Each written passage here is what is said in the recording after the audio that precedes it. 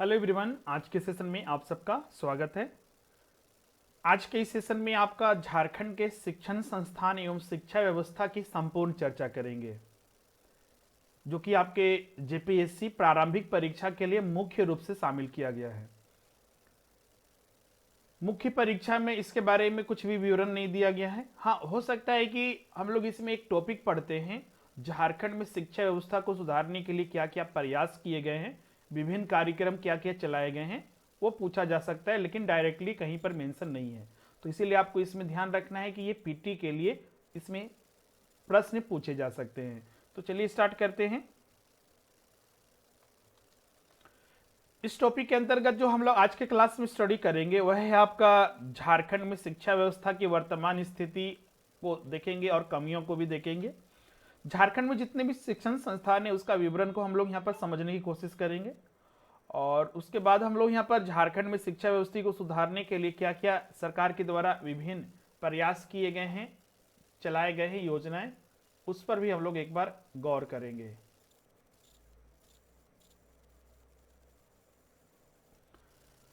और फिर हम लोग यहाँ पर लास्ट में चौथा पॉइंट जो होगा, झारखंड जो आर्थिक सर्वेक्षण है, ऐसे तो आपका कंबाइंड रहेगा, ये जो शिक्षा व्यवस्था जो वर्णित है उसके बारे में भी हम लोग देखेंगे। और अंत में हम लोग फिर आपका अगले सेशन में आपको अभ्यास प्रश्न दिए भी जाएंगे और उस पर भी हम लोग खूब चर्चा करेंगे। तो चलिए स्टार्ट करते हैं।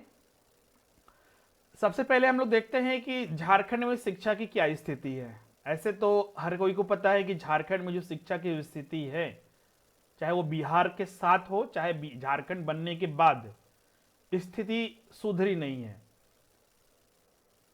अगर हम इसमें देखें,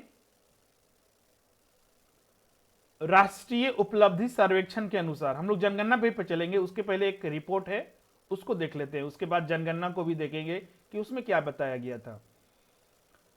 राष्ट्रीय उपलब्धि सर्वेक्षण के आधार पर जो शिक्षा विभाग से ये रिपोर्ट जारी की गई, उसमें ये बात सामने आती है कि सरकारी स्कूल में पढ़ने वाले 8वीं क्लास के बच्चे दूसरी कक्षा की किताबें भी नहीं पढ़ पाते हैं, वो भी 34%। 1-2% नहीं, 34% ऐसे बच्चे हैं जो अभी वर्तमान में मान लीजिए 8वीं में हैं, तो उन्हें दूसरी कक्षा के भी किताबें पढ़ने में दिक्कतें होती है। अब कुछ गणित की बात कर लेते हैं। इसी कक्षा में 8वीं कक्षा में पढ़ने वाले ही बच्चे जो हैं आपका 56% बच्चे, जो कि बच्चों को भाग देने भी नहीं आता, गणित में भाग देने नहीं आता। सीखने की क्षमता में भी राष्ट्रीय स्तर पर जो लर्निंग कैपेसिटी है, सीखने की क्षमता होती है जो बच्चों की, और राष्ट्रीय औसत से झारखंड में ओवरऑल वर्गों में 10 से 12% झारखंड पीछे है। अभी जैसा कि हमने बताया कि झारखंड में 34% बच्चे ऐसे हैं जो कि दूसरी किताबें नहीं पढ़ पाते हैं, जबकि राष्ट्रीय स्तर पर 8वीं के बच्चों का दूसरी कक्षा की किताबें पढ़ने का औसत 72.8% है। बिहार में अगर देखा जाए तो ये 65% चला जाता है। सर्वेक्षण में यह भी बताया गया कि दूसरी कक्षा में पढ़ने वाले बच्चों को जोड़ तक नहीं आता, मतलब कि जो दूसरी कक्षा के बच्चे हैं उन्हें जोड़ भी नहीं आता सरकारी स्कूल वाले। मात्र 22.5% बच्चे हैं जो कि सही सही जोड़ पाते हैं। तो ये स्थिति है, तो इसको सुधारने की जरूरत है। अब जनगणना की ओर बात करते हैं। तो जनगणना में जो बताया गया था, यहां पर जनगणना 2011 को लिया गया है। अगर जनगणना 2011 की बात माने तो झारखंड में जो वर्तमान अभी साक्षरता दर है ओवरऑल, वो है आपका 67.63%। अब अगर हम बात करें 2011 की, तो 2011 में ये 53.6% था। मतलब कि 2001 से 2011 के बीच में, आपको पता है हर 10 साल पर सेंसस जनगणना होता है, तो 2001 से 2011 तक, मतलब कि 10 सालों में यहां पर वृद्धि दर्ज की गई है साक्षरता दर, मतलब कि लोग शिक्षित ज्यादा हुए हैं। अभी 2021 में आपका आने वाला है, तो इस बार थोड़ा अंतर होगा। तो अगर हम दोनों का ग्रोथ रेट के अगर आधार पर देखें तो इस बार थोड़ा हो सकता है कि जनगणना के जो जनगणना में इस बार साक्षरता दर हो इंक्रीज करेगा। एग्जाम में यहां पर पूछा जा सकता है कि 2011 और 2001 के बीच में, ये तो हमने बता दिया कि 2011 में कितना था, 2001 में कितना था, दोनों का अंतर भी पूछा जा सकता है कि कितना बढ़ोतरी हुआ है, तो उसको भी ध्यान में रखिएगा, दोनों को माइनस कर दीजिएगा, आपको फाइनली डाटा आ जाएगा। अब ग्रामीण क्षेत्र की बात करते हैं। ये तो ओवरऑल साक्षरता दर जो 2011 में थी 67.63%। अब इसी में ग्रामीण छात्र जो साक्षरता दर थी वो कितनी थी, तो वो 61.1%, जो कि बहुत ही कम है। जबकि शहरी क्षेत्रों में इससे ज्यादा स्थिति बढ़िया है, 82.3% आपका साक्षरता दर है झारखंड के शहरी क्षेत्रों का। इसमें भी बहुत बड़ा अंतर है, ये अंतर भी ध्यान रखिएगा। सीधा सा आपको ध्यान रखना है, दोनों का डाटा याद रखिएगा। एग्जाम में अगर अंतर पूछता है कि ग्रामीण साक्षरता दर के मुकाबले शहरी साक्षरता दर कितना अधिक है, या फिर 2011 जनगणना के मुकाबले जो साक्षरता दर है 2001 में,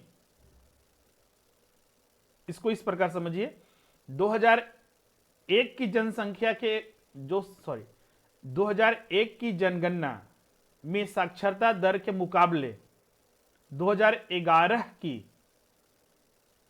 साक्षरता दर कितना अधिक है, तो दोनों को आप माइनस कीजिएगा, आपको मिल जाएगा। अब इसमें पुरुष और महिला साक्षरता दर पर एक बार बात करते हैं। इसमें भी बहुत बड़ा अंतर देखने को मिलेगा। जहां झारखंड में पुरुष साक्षरता दर 78.45% है, वहीं महिला साक्षरता दर मात्र आपका 56.21% है। इसमें भी सुधार करने की जरूरत है, इसीलिए यहां पर महिलाएं जो पिछड़ेपन का शिकार होती है, क्योंकि वो साक्षर नहीं है। जिलेवार अगर हम बात करें तो टॉप जो 4 जिले हैं, 24 जिलों में सबसे ज्यादा साक्षरता दर वाले पहले रैंक पर है रांची 76.6% के साथ, दूसरे स्थान पर है पूर्वी सिंहभूम 75.49% के साथ, तीसरे स्थान पर धनबाद है जो कि 74.52% के साथ है, और आपका रामगढ़ जो कि 73.17% के साथ चौथे स्थान पर है। अब हम बात करते हैं न्यूनतम साक्षरता दर वाले, मतलब कि सबसे कम साक्षरता दर वाले टॉप कौन जिले हैं। जैसे कि यहां पर पाकुड़ में 24 जिलों में सबसे कम साक्षरता दर पाकुड़ की है 48.82%। उसके बाद साहेबगंज का नंबर आता है 52.04%। गोड्डा का उसके बाद आता है नंबर सबसे कम साक्षरता दर में तीसरे स्थान पर 56.40%। उसके बाद पश्चिमी सिंहभूम आ जाता है 58.63%। तो जिलों वार भी देखिएगा, यहां पर ऐसे भी जिले हैं जहां पर 50% भी साक्षरता दर नहीं है, तो बहुत ही ये चिंता वाले विषय है। आने वाले दिनों में उम्मीद है कि इसमें इंप्रूवमेंट हो सकता है, और उसके लिए सबसे ज्यादा जरूरी है लोगों को खुद जागरूक होना होगा। तो ये सारी चीजें हैं जिसको आपको ध्यान में रखना है। एग्जाम में यहां से डायरेक्ट प्रश्न पूछा जाता है कि वर्तमान में पुरुष साक्षरता दर कितना है, महिला साक्षरता दर कितना है, झारखंड की कुल साक्षरता दर 2011 के अनुसार कितना है, 2001 में कितना था, दोनों में अंतर को पूछा जा सकता है। ग्रामीण साक्षरता दर, शहरी साक्षरता दर, यहां पर एक बढ़ते हुए और घटते हुए क्रम में भी आजकल थोड़ा अगर डिफिकल्ट टेबल करके देखा जाए तो यहां पर पूछा जा सकता है। जैसे कि यहां पर पूछा जा सकता है कि बढ़ते हुए क्रम में व्यवस्थित कीजिए साक्षरता दर के आधार पर। तो अगर ये 4 जिले का नाम दिया हुआ है तो आप सबसे पहले आपका रामगढ़ होगा, बढ़ते हुए क्रम में नीचे से आपको ऊपर जाना होगा। घटते हुए क्रम में अगर पूछेगा तो नीचे से ऊपर से नीचे आना होगा। तो रांची सबसे घटते हुए क्रम में बता रहे, सबसे ज्यादा तो रांची में है, उसके बाद पूर्वी सिंहभूम, उसके बाद धनबाद और उसके बाद रामगढ़। तो इसको भी ध्यान में रखिएगा, एग्जाम में पूछा जा सकता है। कम से कम ये 24 जिले का तो याद रख लेते हैं तो बहुत बढ़िया है, लेकिन कम से कम ये 4 जिले टॉप वाले और 4 जिले सबसे नीचे से टॉप वाले, उसको ध्यान में रखिएगा। तो ये आपका जो विवरण था, आपका जो वर्तमान में स्थिति है शिक्षा की झारखंड में, उस पर हमने गौर किया, स्कूलों को भी देखा और राज्य में क्या साक्षरता दर है, लिटरेसी रेट है, उसको भी हमने देखा 2011 की जनगणना के अनुसार। अभी 2021 में होने वाला है जनगणना, हो सकता है कि इसमें बदलाव हो, और बदलाव होगा ही, 10 साल में बहुत ज्यादा अंतर आता है। अब यहां पर अगला जो टॉपिक यहां पर डिस्कस करेंगे, और वो स्पेशली मेंशन भी है आपके सिलेबस में, ये भी बिल्कुल मेंशन, इसके बारे में भी स्टडी करना है। और ये भी आपका है झारखंड के जो प्रमुख शिक्षण संस्थान है उसके बारे में हम लोग एक एक करके विवरण देखेंगे। इसमें हम उन सारे प्रमुख शैक्षणिक संस्थानों को शामिल किए हुए हैं, एजुकेशनल इंस्टीट्यूशंस को, जो प्रमुख है। राज्य के साथ देश में उनका एक अपना स्थान है, राज्य में भी उनका एक अपना स्थान है, इसलिए हम लोग उन्हें भी कवर करेंगे। जितने भी कॉलेजेस हैं, यूनिवर्सिटीज हैं, उन सारे को कवर करेंगे। उसी में सबसे पहला नाम आता है आपका ISM, Indian school of mines. अगर हम आईएसएम की स्थापना की बात करें तो इसके पीछे अगर हम उद्देश्य के आधार पर, क्योंकि आईएसएम का एक उद्देश्य के आधार पर इसका स्थापना हुआ था, और आपको ये जानकर हैरानी होगी, आप में से किसी को पता भी होगा कि इसका स्थापना ब्रिटिश काल में ही हो गया था। ब्रिटिश जब रूलर थे उसी समय इसका स्थापना भी हो गया था। उद्देश्य क्या था? तो झारखंड आपको पता है खनिज संपदा के लिए बहुत ज्यादा फेमस है। पूरे देश का अगर हम खनिज संपदा की बात करें तो 40% सिर्फ झारखंड में ही है। तो यहां पर वो स्थिति उस समय भी थी,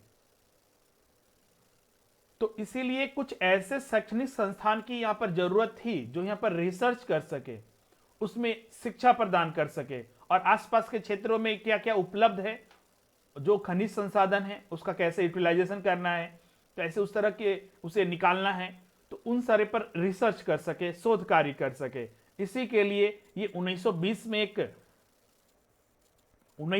में ब्रिटिश सरकार द्वारा एक मैकफर्सन समिति गठित की गई थी। इसी रिपोर्ट में मैकफर्सन समिति ने अपनी रिपोर्ट में खनन और भू विज्ञान के क्षेत्र में शिक्षा प्रदान करने के लिए एक संस्था की सिफारिश की थी कि उसका स्थापना किया जाए।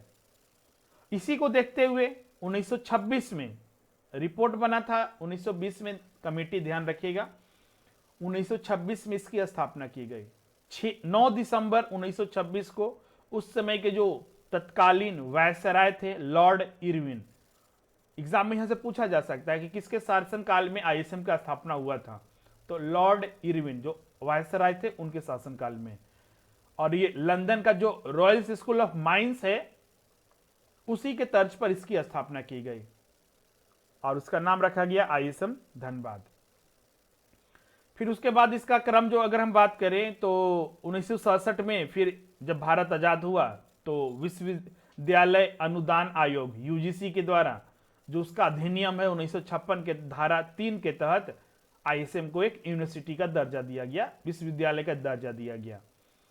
फिर 2016 में आईएसएम को फिर आईआईटी का दर्जा भारत सरकार ने दिया। तो ईयर के आधार पर भी इसे समझ सकते हैं। सबसे पहले 1920 में इसका जिक्र मिलता है, जो कमिटी बनी मैकफर्सन कमिटी, उन्होंने सिफारिश की कि एक खनन और भू विज्ञान के क्षेत्र में शिक्षा प्रदान करने वाला एक शैक्षणिक संस्थान हो। तो इसके आधार पर आपका 9 दिसंबर 1926 को स्थापित हुआ। तो ये दो डेट। तीसरा डेट आपका महत्वपूर्ण है, इसमें आपका 1967 जो उसमें विश्वविद्यालय का दर्जा दिया गया, और लास्ट में आपका 2016। तो ये 4 डेट के आधार पर आपको सारा कॉन्सेप्ट क्लियर हो जाएगा कि ये 2016 में आईआईटी का दर्जा दिया गया, 1967 में यूनिवर्सिटी का दर्जा दिया गया, 1926 में आपका स्थापित हुआ, और 1920 में आपका मैकफर्सन समिति के जो बैठक रिपोर्ट आई उसमें इसकी स्थापना का जिक्र किया गया। तो उसी के आधार पर ये स्थापित किया गया। वो अब मन में आएगा कि धनबाद में ही क्यों स्थापित किया गया, क्योंकि आसपास के क्षेत्र में पहुंच और उस जगह पर भी खनिज संसाधन की प्रचुरता थी, अधिक मात्रा थी, इसीलिए वहां पर स्थापित किया गया। तो इसको इसमें ध्यान रखिएगा। अगला है आपका रांची विश्वविद्यालय। रांची विश्वविद्यालय को एक डायग्राम से समझिए कि इसका स्थापना कैसे हुआ, क्योंकि स्थापना ज्यादातर पूछा जाता है। जैसे कि बिहार जब था, झारखंड नहीं बना था, तो पटना यूनिवर्सिटी हुआ करता था। पटना यूनिवर्सिटी से अलग होकर 1952 में बिहार यूनिवर्सिटी बना। बिहार यूनिवर्सिटी से अलग होकर 2 यूनिवर्सिटी बने, एक भागलपुर यूनिवर्सिटी, इस डायग्राम को जरूर नोट कीजिएगा, भागलपुर यूनिवर्सिटी, और एक आपका रांची यूनिवर्सिटी। रांची यूनिवर्सिटी की जो स्थापना की गई 1960 में की गई। अब ये भागलपुर तो बिहार का हो गया, जब झारखंड अलग हुआ तो रांची यूनिवर्सिटी अपने क्षेत्र में रहा, तो ये रांची में रहा। तो इसको हम लोग छोड़ देते हैं। ये आपका भागलपुर जो बिहार है जिला है, वहीं पर ये स्थित है। रांची यूनिवर्सिटी आपका रांची में स्थित है, जो झारखंड की राजधानी है। अब रांची यूनिवर्सिटी अपना 1960 में स्थापित हुआ, 12 जुलाई 1960 को। अब ये जो स्थापित हुआ तो ये अपना कार्य कर ही रहा था, इसके अंतर्गत बहुत सारे अधिकार क्षेत्र आते थे। हम आपको बताएंगे वर्तमान में भी कितना इसके अंगीभूत कॉलेज है, एफिलेटेड कॉलेज है, और एक इसके अधिकार क्षेत्र में कितने जिले आते हैं। तो उस समय व्यापक और भी था, लेकिन बाद में जरूरत महसूस किया गया तो इसके अंतर्गत और भी रांची यूनिवर्सिटी के अंतर्गत ही जो क्षेत्र आते थे उनमें कुछ बदलाव किया गया और 3 नई यूनिवर्सिटी की स्थापना की गई। पहला यूनिवर्सिटी रांची यूनिवर्सिटी से अलग कर 1992 में बना, विनोबा भावे यूनिवर्सिटी। उसके बाद आपका नीलांबर पीतांबर यूनिवर्सिटी 2009 में बना, नीलांबर पीतांबर एनपीयू यूनिवर्सिटी जो मेदिनीनगर में है, पलामू में। ये आपका 2009 में बना, जनवरी 2009 में बना था। फिर उसके बाद एक नया यूनिवर्सिटी और बना अगस्त में, ये जनवरी में बना था एनपीयू, और अगस्त 2009 में आपका कोल्हान यूनिवर्सिटी बना, केयू, कोल्हान यूनिवर्सिटी चाईबासा। तो आप यहां पर देख रहे हैं, ये ट्री बना लीजिएगा। सबसे पहले उद्भव कहां से हुआ? पटना यूनिवर्सिटी से। पटना यूनिवर्सिटी से 1952 में आपका बिहार यूनिवर्सिटी अलग हुआ। बिहार यूनिवर्सिटी से अलग होकर आपका भागलपुर यूनिवर्सिटी बना और रांची यूनिवर्सिटी जो 12 जुलाई 1960 को बना। और रांची यूनिवर्सिटी से अलग होकर 3 नए यूनिवर्सिटी फिर बने, एक 1992 में विनोबा भावे यूनिवर्सिटी, उसके बाद आपका नीलांबर पीतांबर यूनिवर्सिटी जनवरी 2009 में, और कोल्हान यूनिवर्सिटी आपका अगस्त 2009 में। हम लोग बाद में कोल्हान, विनोबा भावे, नीलांबर पीतांबर सब पर चर्चा करेंगे। तो इसके माध्यम से सब चीज आपको कॉन्सेप्ट क्लियर होगा। अब देखिएगा, यही चीज पूछा गया था 2016 में जो छठा जेपीएससी एग्जाम हुआ था। बहुत सिंपल सा प्रश्न पूछा गया था। तो इतना अगर कॉन्सेप्ट आपको पता है तो कोई भी प्रश्न पूछा जाएगा आप बहुत ही आसानी से बता सकते हैं। ये जो हमने अभी डायग्राम बनाया है वही चीज यहां पर है, उस चीज को यहां पर फिर रिपीट किया गया है। अब यहां पर देखिए कि ये जो रांची यूनिवर्सिटी है, भारत और जो झारखंड है उसका एक बहुत ही प्रमुख शैक्षणिक संस्थान है। झारखंड के लिए तो बहुत ज्यादा इसका महत्व है। इसका जो मुख्यालय है, मुख्य परिसर है, रांची में स्थित है। और ये साथ ही आपका सिंहभूम और तथा रांची जिले में से करीब इसके 35 अभी भी अग्निभूत कॉलेजेस हैं। इन तीनों अलग होने के बाद की बात कर रहे हैं। वही चीज फिर यहाँ पर दिया हुआ है, रांची यूनिवर्सिटी अलग होगा 1992 में, विनोबा भावे, हजारीबाग, नीलांबर पीतांबर 2009 में, और अगस्त 2009 में कोल्हान यूनिवर्सिटी चाईबासा बने। अभी यहां पर ध्यान रखिएगा, आज के दिन में रांची विश्वविद्यालय के अंतर्गत 5 जिले शामिल होते हैं। एग्जाम में पूछा जा सकता है, जैसे कि आसपास के, जैसे कि अभी मान लीजिए रांची है, लोहरदगा है, तो ये सारे आसपास के 5 जिले रांची यूनिवर्सिटी के अंतर्गत शामिल होते हैं। तो यहां पर ये कॉन्सेप्ट था, इसमें क्लियर होगा। इसमें करंट अफेयर्स भी, अगर हम करंट अफेयर्स आपको पढ़ाएंगे तो वहां पर भी ध्यान रखिएगा। जैसे कि करंट अफेयर्स में अगर हम शामिल करेंगे तो रांची यूनिवर्सिटी को नैक के द्वारा अभी हाल ही में कौन सा ग्रेडिंग दिया गया है। ग्रेडिंग में यहां पर अगर आप नोट करिएगा तो पहला नोट कीजिए कि ग्रेडिंग में नैक के द्वारा, नैक एक आपका प्रत्यायन परिषद है भारत सरकार का, उसके द्वारा जितने भी यूनिवर्सिटीज होते हैं उनको क्वालिटी, उनके यहाँ पर एजुकेशन और छात्रों को और टीचर और छात्र की रेशियो के आधार पर ये सारे दिया जाता है। तो ये आपका B++ रांची यूनिवर्सिटी को दिया गया है। अभी हाल ही में रांची यूनिवर्सिटी का स्थापना दिवस 12 जुलाई को मनाया गया, उससे भी पूछा जा सकता है। रांची यूनिवर्सिटी का पहला अपना पूरे झारखंड का पहला कम्युनिटी रेडियो स्टेशन खांची है, 90.4 FM रेडियो खांची, वो रांची यूनिवर्सिटी के अंतर्गत ही आता है। पहला कम्युनिटी स्टेशन पूरे झारखंड का है, और किसी यूनिवर्सिटी का पहला ये रेडियो कम्युनिटी स्टेशन है जो रेडियो खांची है, रांची यूनिवर्सिटी के अंतर्गत आता है। अभी हाल ही में एक और चीज के कारण चर्चा था, यहाँ पर छात्रों के नाम पर 50,000 रुपए का एक बीमा कराने का प्रावधान बनाया गया था, दुर्घटना बीमा। तो ये सारे प्रावधान थे जो इसमें आते हैं। तो एग्जाम में करंट अफेयर्स को भी यहाँ पर रिलेट करके पूछा जा सकता है, तो उसे भी आपको ध्यान में रखना है। अब इसके आगे हम लोग जो डिस्कस करेंगे वह है आपका बिरसा कृषि विश्वविद्यालय। इसका भी अस्तित्व बहुत पुराना है। अगर देखा जाए अस्तित्व में तो 1956 में ही इस विश्वविद्यालय की स्थापना हो चुकी थी। उस समय इसे रांची एग्रीकल्चर कॉलेज के नाम से जाना जाता था। रांची एग्रीकल्चर कॉलेज के नाम से जाना जाता था। यहां पर प्रारंभ से ही एग्रीकल्चर कृषि के क्षेत्र में पढ़ाई होती थी। ऐसा नहीं है कि सिर्फ कृषि ही, कृषि संबंधित जो क्रियाएं हैं जैसे कि पशुपालन, डेयरी, वानिकी और अन्य जो संबंधित मधुमक्खी पालन या फिर गौपालन, इन पर जैविक खेती, तो उन पर सारे चीज रिसर्च, पठन पाठ्य यहां पर कराए जाते हैं। ये कहां स्थित है? तो ये आपका रांची कांके में स्थित है, आपका बीसा एग्रीकल्चर यूनिवर्सिटी। 1956 में तो हम इसे रांची एग्रीकल्चर कॉलेज के नाम से जानते थे, तो बाद में कब इसे बीसा यूनिवर्सिटी का नाम दिया गया, एग्रीकल्चर यूनिवर्सिटी। तो 26 जून 1981 को उस समय के जो तत्कालीन प्रधानमंत्री थे स्वर्गीय श्रीमती इंदिरा गांधी, उनके द्वारा फॉर्मल इनॉग्रेशन किया गया था, औपचारिक उद्घाटन किया गया था और इसे बीसा कृषि विश्वविद्यालय के रूप में जाना जाने लगा। उद्देश्य हमने बताया, चूंकि यहाँ पर पठारी क्षेत्र है, झारखंड में कृषि की व्यवस्था को सुदृढ़ करने के लिए, अच्छा करने के लिए, विकास करने के लिए, कृषि संबंधित या फिर कृषि से रिलेटेड सारे चीजों का यहाँ पर अध्ययन करने के लिए, रिसर्च करने के लिए इसकी स्थापना की गई। अभी ये 3 संकायों में कृषि, पशु चिकित्सा विज्ञान और पशु पालन और वानिकी के माध्यम से यहाँ पर अनुसंधान और शिक्षण दिया जाता है। ये तो हमने प्रारंभ में ही बताया, पहले ये रांची एग्रीकल्चर कॉलेज के नाम से जाना जाता था। 26 जून 1981 को ध्यान में रखिएगा। इसमें डिफरेंट मिलेगा, बहुत सारे बुक वगैरह में 80 दिया हुआ है जो बिल्कुल गलत है। अब आप बोलिएगा हम गलत क्यों बता रहे हैं? क्योंकि यूनिवर्सिटी के वेबसाइट पर यूनिवर्सिटी खुद अपने जो अपडेट किए हुई है 1981 दिखाया गया है, तो वही आपके लिए सही है, बाकी सारा जगह गलत है। इसीलिए हमने भी उसको आधार माना है।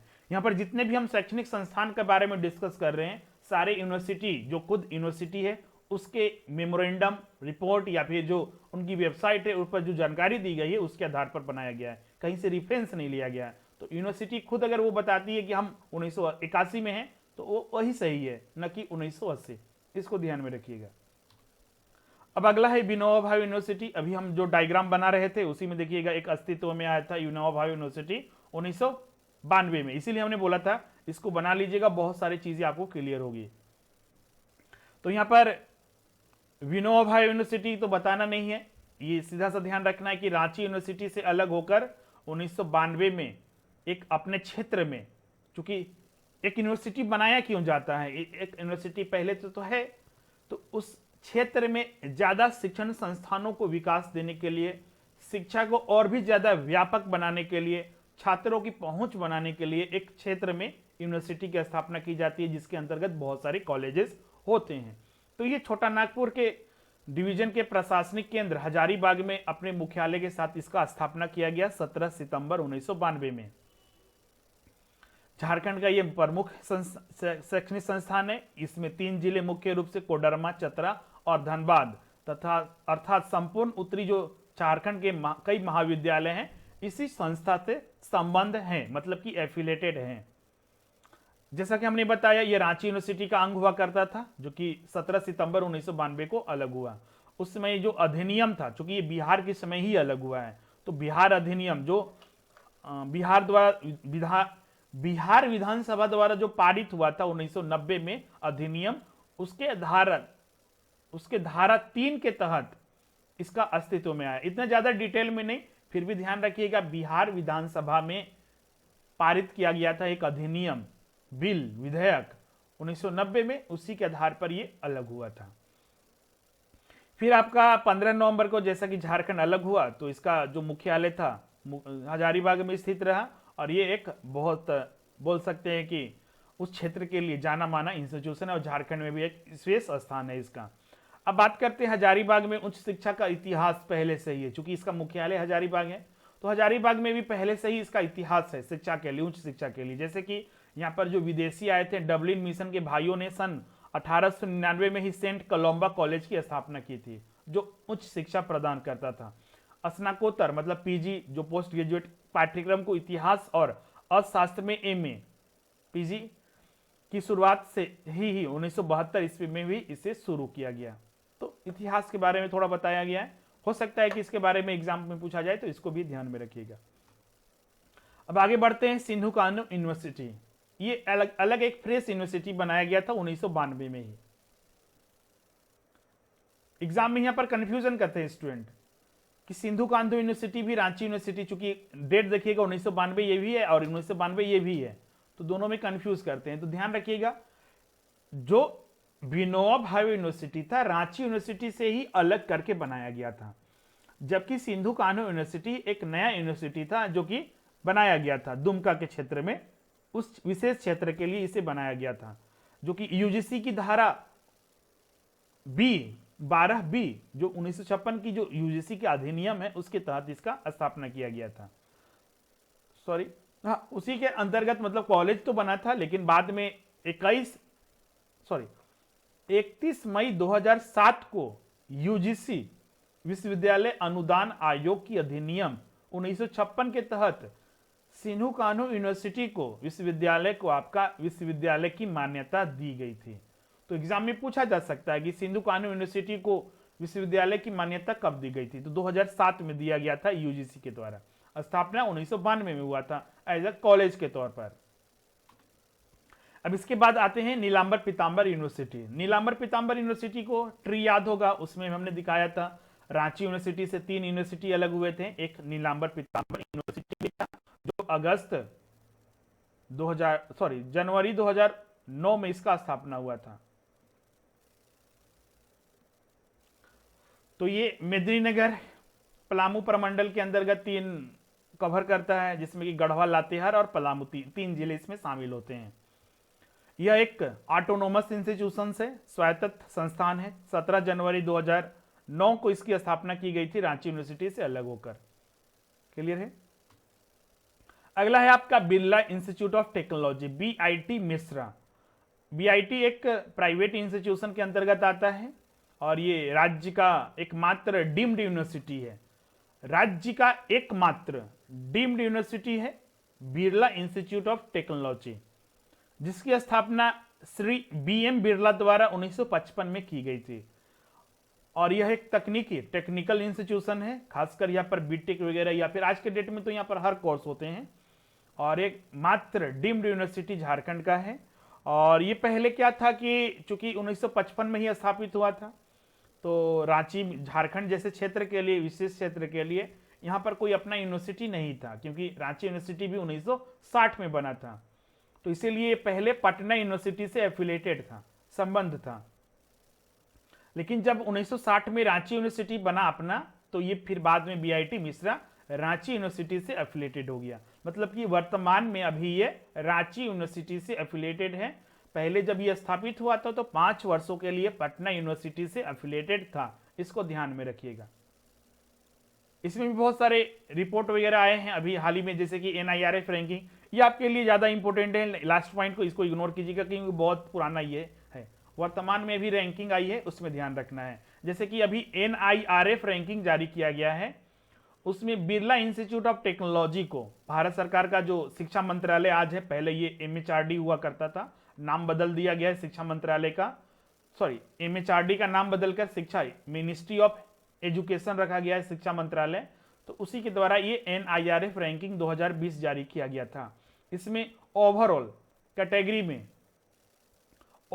कैटेगरी में बीआईटी मिश्रा को 85th रैंक मिला था। इसको नोट कर लीजिएगा। ये हम लोग करंट अफेयर्स में से चर्चा करेंगे जितने भी न्यूज में है, लेकिन ये चीजें बीच बीच में भी आपको बहुत सारा अपडेट करते रहना है, जिसके आधार पर आपको चीजें पता चले कि हाँ, ये जब हम पढ़ते हैं तो ये करंट अफेयर्स में भी ये महत्वपूर्ण रखता है। अब यहां पर जितने भी प्रमुख संस्थान थे हमने सबको बता दिया है। अब हम जितने भी बताएंगे, जैसे कि अब आप पूछिएगा सर इतनी ही यूनिवर्सिटी है, इतने ही बड़े बड़े कॉलेज है, बिल्कुल नहीं, और भी है। जैसे कि यहां पर देखिएगा, हम जितने भी अब यूनिवर्सिटी के आधार पर या फिर मेडिकल कॉलेज, इंजीनियरिंग कॉलेज जो फेमस है, फिर आपका मैनेजमेंट कॉलेज, फिर लॉ के कॉलेज, फिर डेंटल कॉलेज, और जितने भी ओवरऑल फिर कॉलेज है उस पर हम लोग एक एक चर्चा करेंगे। तो अभी डिटेल में इनसे ज्यादा प्रश्न पूछे जाने के चांसेस होते हैं, इसीलिए हमने इनको डिटेल में डिस्कस किया। अब पहला आते हैं यूनिवर्सिटी कैटेगरी में कितने झारखंड में यूनिवर्सिटीज हैं जो चल रहे हैं। तो यहाँ पर देखिएगा यूनिवर्सिटी में 10 यूनिवर्सिटी, इसमें से हम लोग कुछ स्टडी भी कर चुके हैं।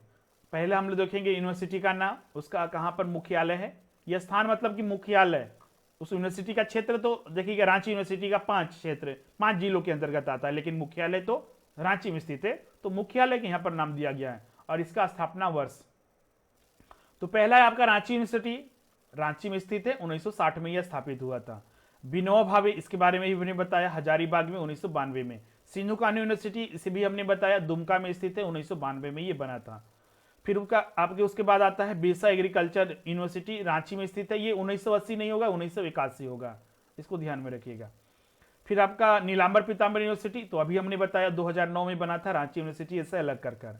कोल्हान यूनिवर्सिटी, ये भी आपका चाईबासा में स्थित है, ये भी आपका 2009 में बना था, रांची यूनिवर्सिटी से अलग कर। इंडियन स्कूल में, इसके बारे में भी हमने स्टडी किया, ये धनबाद में स्थित है, 1926 में स्थापित हुआ था। बिरला इंस्टीट्यूट ऑफ टेक्नोलॉजी, अभी हमने स्टडी किया, मेसरा रांची में स्थित है, 1955 में। और उसके बाद केंद्रीय विश्वविद्यालय आता है झारखंड। सेंट्रल यूनिवर्सिटी, इसके बारे में थोड़ा चर्चा कर लेते हैं। सेंट्रल यूनिवर्सिटी झारखंड में मात्र एक है, जो कि रांची ब्राम्बे में स्थित है, ब्राम्बे रांची में स्थित है, एकमात्र झारखंड का सेंट्रल यूनिवर्सिटी है। सेंट्रल यूनिवर्सिटी पता है आपको कि भारत सरकार के द्वारा बहुत सारे राज्यों में स्थापित किया गया है, जिसमें कि झारखंड में भी एक है। अगर बात करें हम सेंट्रल यूनिवर्सिटी के बारे में, तो इसकी स्थापना झारखंड में 2009 में की गई थी। जब ये पहली बार सेंट्रल यूनिवर्सिटी बन रहे थे, तो झारखंड में भी एक प्रपोजल बना कि झारखंड में ही बनाया जाएगा, तो ये रांची के ब्राम्बे में स्थापित किया गया। सेंट्रल यूनिवर्सिटी के बारे में अगर खास बातें करें, तो यहाँ पर जो विजिटर होते हैं वो खुद प्रेसिडेंट होते हैं, और चांसलर और वाइस चांसलर की नियुक्ति की जाती है। एग्जाम में नाम वगैरह यूनिवर्सिटी के या फिर उसके चांसलर ये कह रहे बहुत ज्यादा नहीं पूछा जाता है, सिर्फ ध्यान रखना है। जैसे कि चांसलर के बारे में यहाँ पर थोड़ा अलग अलग नियम है। अगर हम एक राज्य के यूनिवर्सिटी के बारे में बात करते हैं, स्टेट यूनिवर्सिटी, इसको अलग करने से दिखाते हैं। एक राज्य यूनिवर्सिटी के बारे में बात करते हैं, तो उसका जो चांसलर होते हैं वो आपका राज्य के राज्यपाल होते हैं। जो गवर्नर होते हैं वो, नोट कर लीजिए, किसी भी राज्य यूनिवर्सिटी में, चाहे रांची यूनिवर्सिटी का बात करें, चाहे विनोबा भावे यूनिवर्सिटी का, सिंधु कान्हू, बिरसा कृषि विश्वविद्यालय, नीलांबर पीताम्बर, तो इसको जो चांसलर होते हैं वो गवर्नर होते हैं राज्य के। झारखंड के अभी जैसे गवर्नर द्रौपदी मुर्मू है, तो चांसलर भी गवर्नर होंगे। वाइस चांसलर की यहां पर नियुक्ति की जाती है। सेंट्रल यूनिवर्सिटी में एक विजिटर होते हैं, विजिटर जो प्रेसिडेंट होते हैं, जैसे कि अभी राष्ट्रपति रामनाथ कोविंद हैं। अभी इसको नोट कर लीजिएगा सेंट्रल यूनिवर्सिटी के कैटेगरी में कि 2020 में 28 फरवरी 2020 में झारखंड का जो सेंट्रल यूनिवर्सिटी है वहां पर पहला दीक्षांत समारोह मनाया गया, जिसके मुख्य अतिथि प्रेसिडेंट रामनाथ कोविंद थे। क्लियर है, एग्जाम में पूछा जा सकता है कि सेंट्रल यूनिवर्सिटी रांची झारखंड में जो स्थित है उसके पहले दीक्षांत समारोह के मुख्य अतिथि कौन थे, तो प्रेसिडेंट रामनाथ कोविंद। तो विजिटर जो होते हैं हमेशा प्रेसिडेंट ही होते हैं। चांसलर बहुत सारे स्टूडेंट इसमें कंफ्यूज कर जाते हैं, जैसा कि हमने यहां पर तो बताया कि राज्य यूनिवर्सिटी में, स्टेट यूनिवर्सिटी में चांसलर हमेशा राज्य के गवर्नर राज्यपाल होते हैं। अभी द्रौपदी मुर्मू है तो वही होंगे। लेकिन किसी भी सेंट्रल यूनिवर्सिटी की अगर चांसलर की बात करें तो उनकी नियुक्ति की जाती है, जैसे कि वाइस चांसलर की वहां नियुक्ति होती है, इसी तरह इसमें भी आपका चांसलर की नियुक्ति होती है। और इसमें भी वाइस चांसलर होते हैं तो उनकी भी नियुक्ति की जाती है। तो इसे ध्यान में रखिएगा, एग्जाम में कंफ्यूज करने के लिए पूछा जा सकता है कि प्रश्न नोट कर लीजिएगा, सेंट्रल यूनिवर्सिटी झारखंड के विजिटर कौन है या फिर मुख्य अतिथि के तौर पर कौन शामिल होते हैं, तो प्रेसिडेंट। इसमें ध्यान रखना है कि चांसलर कभी भी एक सेंट्रल यूनिवर्सिटी का राज्यपाल नहीं होता है, क्योंकि ये भारत सरकार की यूनिवर्सिटी है। तो यहां पर विजिटर प्रेसिडेंट होते हैं, चांसलर की नियुक्ति होती है और वाइस चांसलर की भी नियुक्ति होती है। जबकि स्टेट यूनिवर्सिटी में चांसलर गवर्नर होते हैं, राज्यपाल होते हैं। अभी वर्तमान में द्रौपदी मुर्मू हैं, तो इसको ध्यान में रखिएगा। इसके बाद आपका 10वां जो था आपका यहाँ पर वह है आपका विधि विश्वविद्यालय लॉ यूनिवर्सिटी, ये मेसरा में स्थित है। ये आपका 2010 में स्थापित हुआ था। तो ये सारे तथ्य थे जिसको आपको ध्यान में रखना है। जितने भी यूनिवर्सिटीज है उसके बारे में यहाँ पर ब्यौरा दिया हुआ है। इसके बाद आता है आपका दूसरा कैटेगरी में इंजीनियरिंग कॉलेज। ये तो यूनिवर्सिटी के बारे में था, अब इंजीनियरिंग कॉलेज। तो बीआईटी, जो ध्यान रखिएगा, ये BIT Birsa institute of technology है। बीआईटी सिंदरी, ये बिरसा, बीस यहां पर बिरसा है। और ये बीआईटी है आपका बिरला, जो कि ये प्राइवेट यूनिवर्सिटी है। और ये आपका एक गवर्नमेंट यूनिवर्सिटी है और स्टेट गवर्नमेंट के अंतर्गत आता है। Birsa institute of technology, BIT Sindri, ये धनबाद में स्थित है। और बिरला इंस्टीट्यूट ऑफ टेक्नोलॉजी, ये बीआईटी जो है आपका मेसरा रांची में स्थित है। तो नाम के आधार पर भी बिरसा और ये बिरला है, और इस स्थान के आधार पर भी ये सिंदरी धनबाद में स्थित है और ये मेसरा रांची में स्थित है। तो इसको ध्यान में रखिएगा। एग्जाम में ये बीआईटी डायरेक्ट दे देता है, तो वो तथ्य पर आधारित ऑप्शन पर डिपेंड करेगा कि आपका क्या सही होगा। उसके बाद आपका इंजीनियरिंग कॉलेज में एक आपका national institute of technology Jamshedpur है, जिसे एनआईटी का दर्जा दिया गया है भारत सरकार के द्वारा। और faculty of agriculture college engineering college है आपका रांची में, ये स्थित है।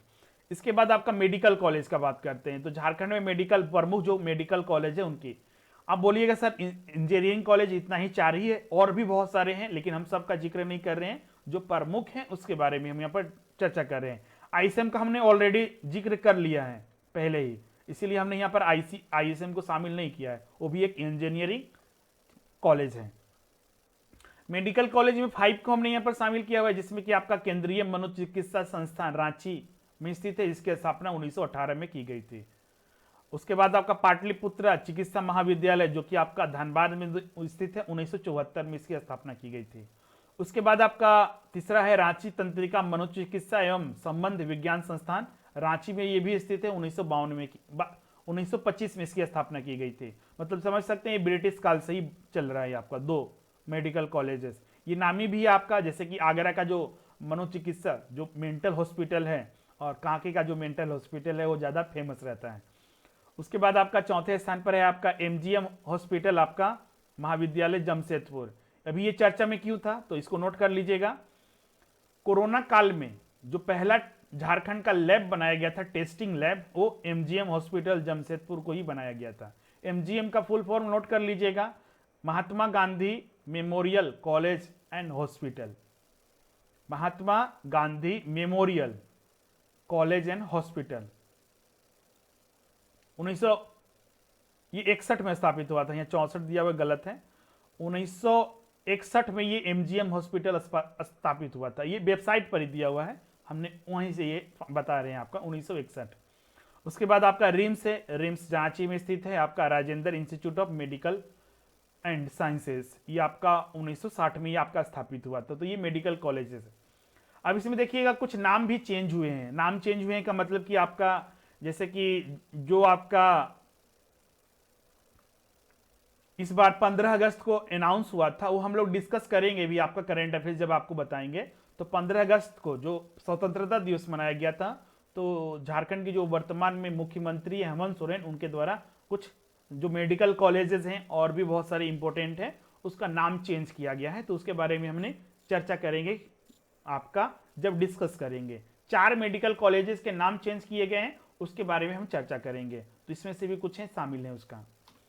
तो करंट अफेयर से कैसे रिलेट करना है वो चीजें आपको पता चल रही होगी। तो करंट अफेयर जब भी आपको पढ़ाएंगे तो इसको जरूर नोट डाउन कीजिएगा।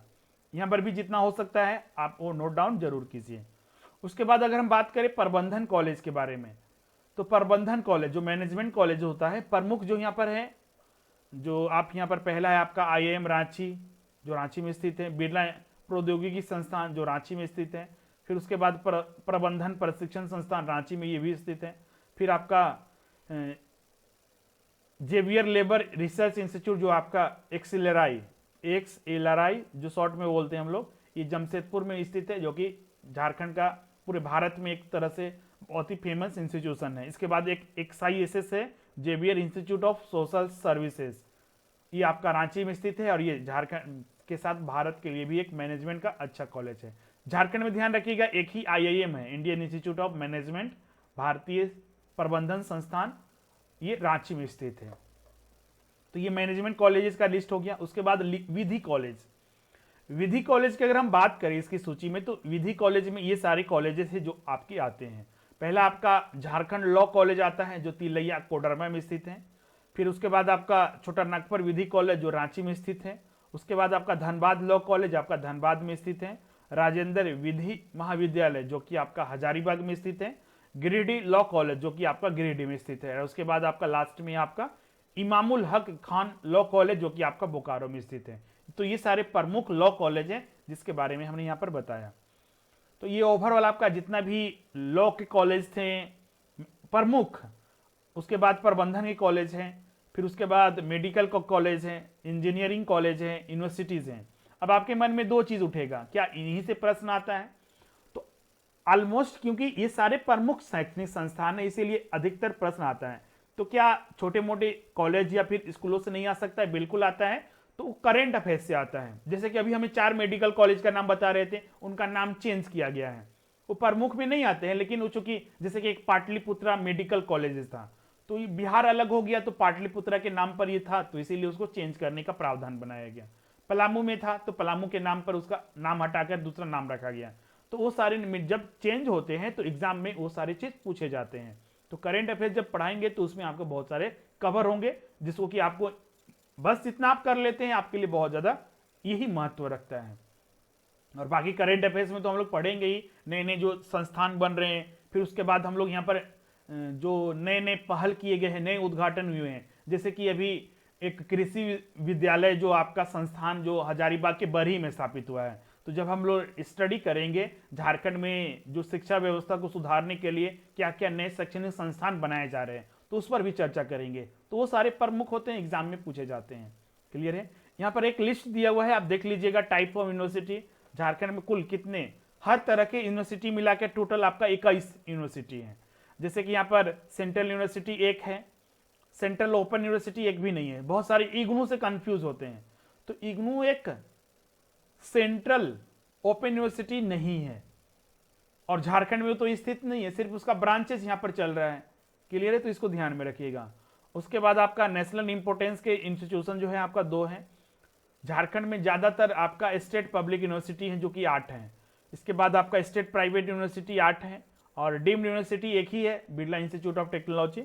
उसके बाद आपका डीम्ड प्राइवेट यूनिवर्सिटी आपका एक है। तो कुल आपका 21 है। पूरे भारत का अगर हम बात करें तो 903 हो जाता है, मात्र झारखंड में 21 है। मतलब कि 2.33% आपका पूरे भारत का झारखंड में है। तो शैक्षणिक संस्थान का कम होना भी यहाँ पर शिक्षक जो साक्षरता दर है उसमें कमी को दर्शाता है। क्लियर है? मात्र 2.33%। जबकि झारखंड को अगर खनिज संपदा में देखिएगा तो पूरे देश का 40% खनिज संपदा झारखंड में ही है। यूनिवर्सिटी में यहाँ पर काम जो हो रहे हैं वो बहुत ही कम, न के बराबर। तो इसीलिए पिछड़ेपन का कारण यहाँ पर है। अब इसके आगे जो है आपका झारखंड में शिक्षा व्यवस्था को सुधारने के लिए जो विभिन्न प्रयास किए गए हैं, विभिन्न योजनाएं और कार्य हैं, उसे हम लोग यहाँ पर डिस्कस करेंगे। महत्वपूर्ण अभ्यास प्रश्न तो हम लोग नेक्स्ट वीडियो में या फिर जो आपके टेस्ट सीरीज के माध्यम से आपको कंप्लीट कराएंगे। तो इसमें ज्यादा नहीं, लेकिन कुछ 1-2 आज हम लोग स्टडी कर लेते हैं, इसके बाद हम लोग नेक्स्ट वीडियो में डिस्कस करेंगे। तो आज का जो पहला शिक्षा व्यवस्था को सुधारने के लिए जो कार्यक्रम और योजनाएं में पहला है आपका मुख्यमंत्री विद्या लक्ष्मी उच्च शिक्षा प्रोत्साहन योजना। इसकी घोषणा बजट 2019-20 में रघुवर दास जब बजट पेश कर रहे थे 2019 में, उस समय इसकी घोषणा की गई थी। इसका उद्देश्य था स्कूली विद्यार्थियों के लिए मुख्यमंत्री मेधा छात्रवृत्ति योजना एवं मुख्यमंत्री विद्या लक्ष्मी उच्च शिक्षा प्रोत्साहन योजना की घोषणा की गई थी। आगे हम लोग देखेंगे मुख्यमंत्री मेधा छात्रवृत्ति योजना को हम लोग आगे स्टडी करेंगे, आगे की स्लाइड में। यहां पर देखिएगा, यहां पर है, यहां पर हम लोग अभी डिस्कस करेंगे अभी, क्योंकि 2 योजना प्रारंभ हुई थी गर्ल्स के लिए, क्योंकि आपने देखा कि यहां पर मेल और फीमेल में बहुत ज्यादा शिक्षा का अंतर है। तो ज्यादा यहां पर मेल को फीमेल को एजुकेट करने की, या फिर ऐसा नहीं कि मेल को एजुकेट नहीं करना है, उन्हें भी करना है, लेकिन एक अवसर देना है कि उन्हें भी पढ़ने का अवसर मिले। तो इसके लिए दो योजनाएं को शामिल किया गया, जिसमें कि एक मुख्यमंत्री मेधा छात्रवृत्ति योजना था और दूसरा था आपका मुख्यमंत्री विद्या लक्ष्मी उच्च शिक्षा प्रोत्साहन योजना। तो ये बजट 2019 में घोषणा किया गया था। इस साल के बजट में भी हम लोग देखेंगे कि शिक्षा के क्षेत्र में सुधार के लिए क्या क्या। आपको पता होगा कि इस बार का जो बजट पेश किया गया था, सबसे ज्यादा जो खर्च किया जाने का प्रावधान बनाया गया था वो शिक्षा पर ही था। तो क्या क्या प्रावधान बनाए गए थे उसके बारे में भी हम लोग बजट में चर्चा करेंगे। अभी हम लोग इसमें हैं। तो मुख्यमंत्री विद्या उच्च लक्ष्मी जो उच्च शिक्षा प्रोत्साहन योजना है, इसका उद्देश्य था जो छात्राएं हैं माध्यमिक और उच्चतर माध्यमिक कक्षा में नामांकन के लिए उन्हें प्रोत्साहन देना। जैसे कि आपका कक्षा 8 में अध्ययनरत जो 84,800 छात्राएं हैं, प्रतियोगिता आधार पर उनका परीक्षा के आधार पर चयन किया जाएगा और उन्हें प्रोत्साहन राशि के रूप में कुछ दिया जाएगा, भुगतान किया जाएगा। बजट में ये थोड़ा अलग है। बजट में एक और घोषणा किया गया था 19-20 में कि पूर्वी सिंहभूम, सरायकेला, खरसावां, खूंटी, सिमडेगा एवं जामताड़ा, इसी के अंतर्गत, चूंकि वहां पर शिक्षा का जो प्रसार है वो बहुत कम है, तो इसीलिए यहां पर जो साक्षर भारत योजना है वहां पर शुरू करने की भारत सरकार का जो कार्यक्रम है साक्षर भारत योजना, वो शुरू करने की घोषणा की गई थी। तो ये सारी चीज यहां पर शामिल हुए थे। तो इसमें ध्यान रखना है, मुख्यमंत्री विद्या लक्ष्मी उच्च शिक्षा प्रोत्साहन योजना, जो कि माध्यमिक और उच्चतर माध्यमिक की जो छात्राएं हैं उनको कुछ प्रोत्साहन राशि देने के लिए यह प्रारंभ किया गया था। बजट 2019-20 में यह घोषणा की गई है।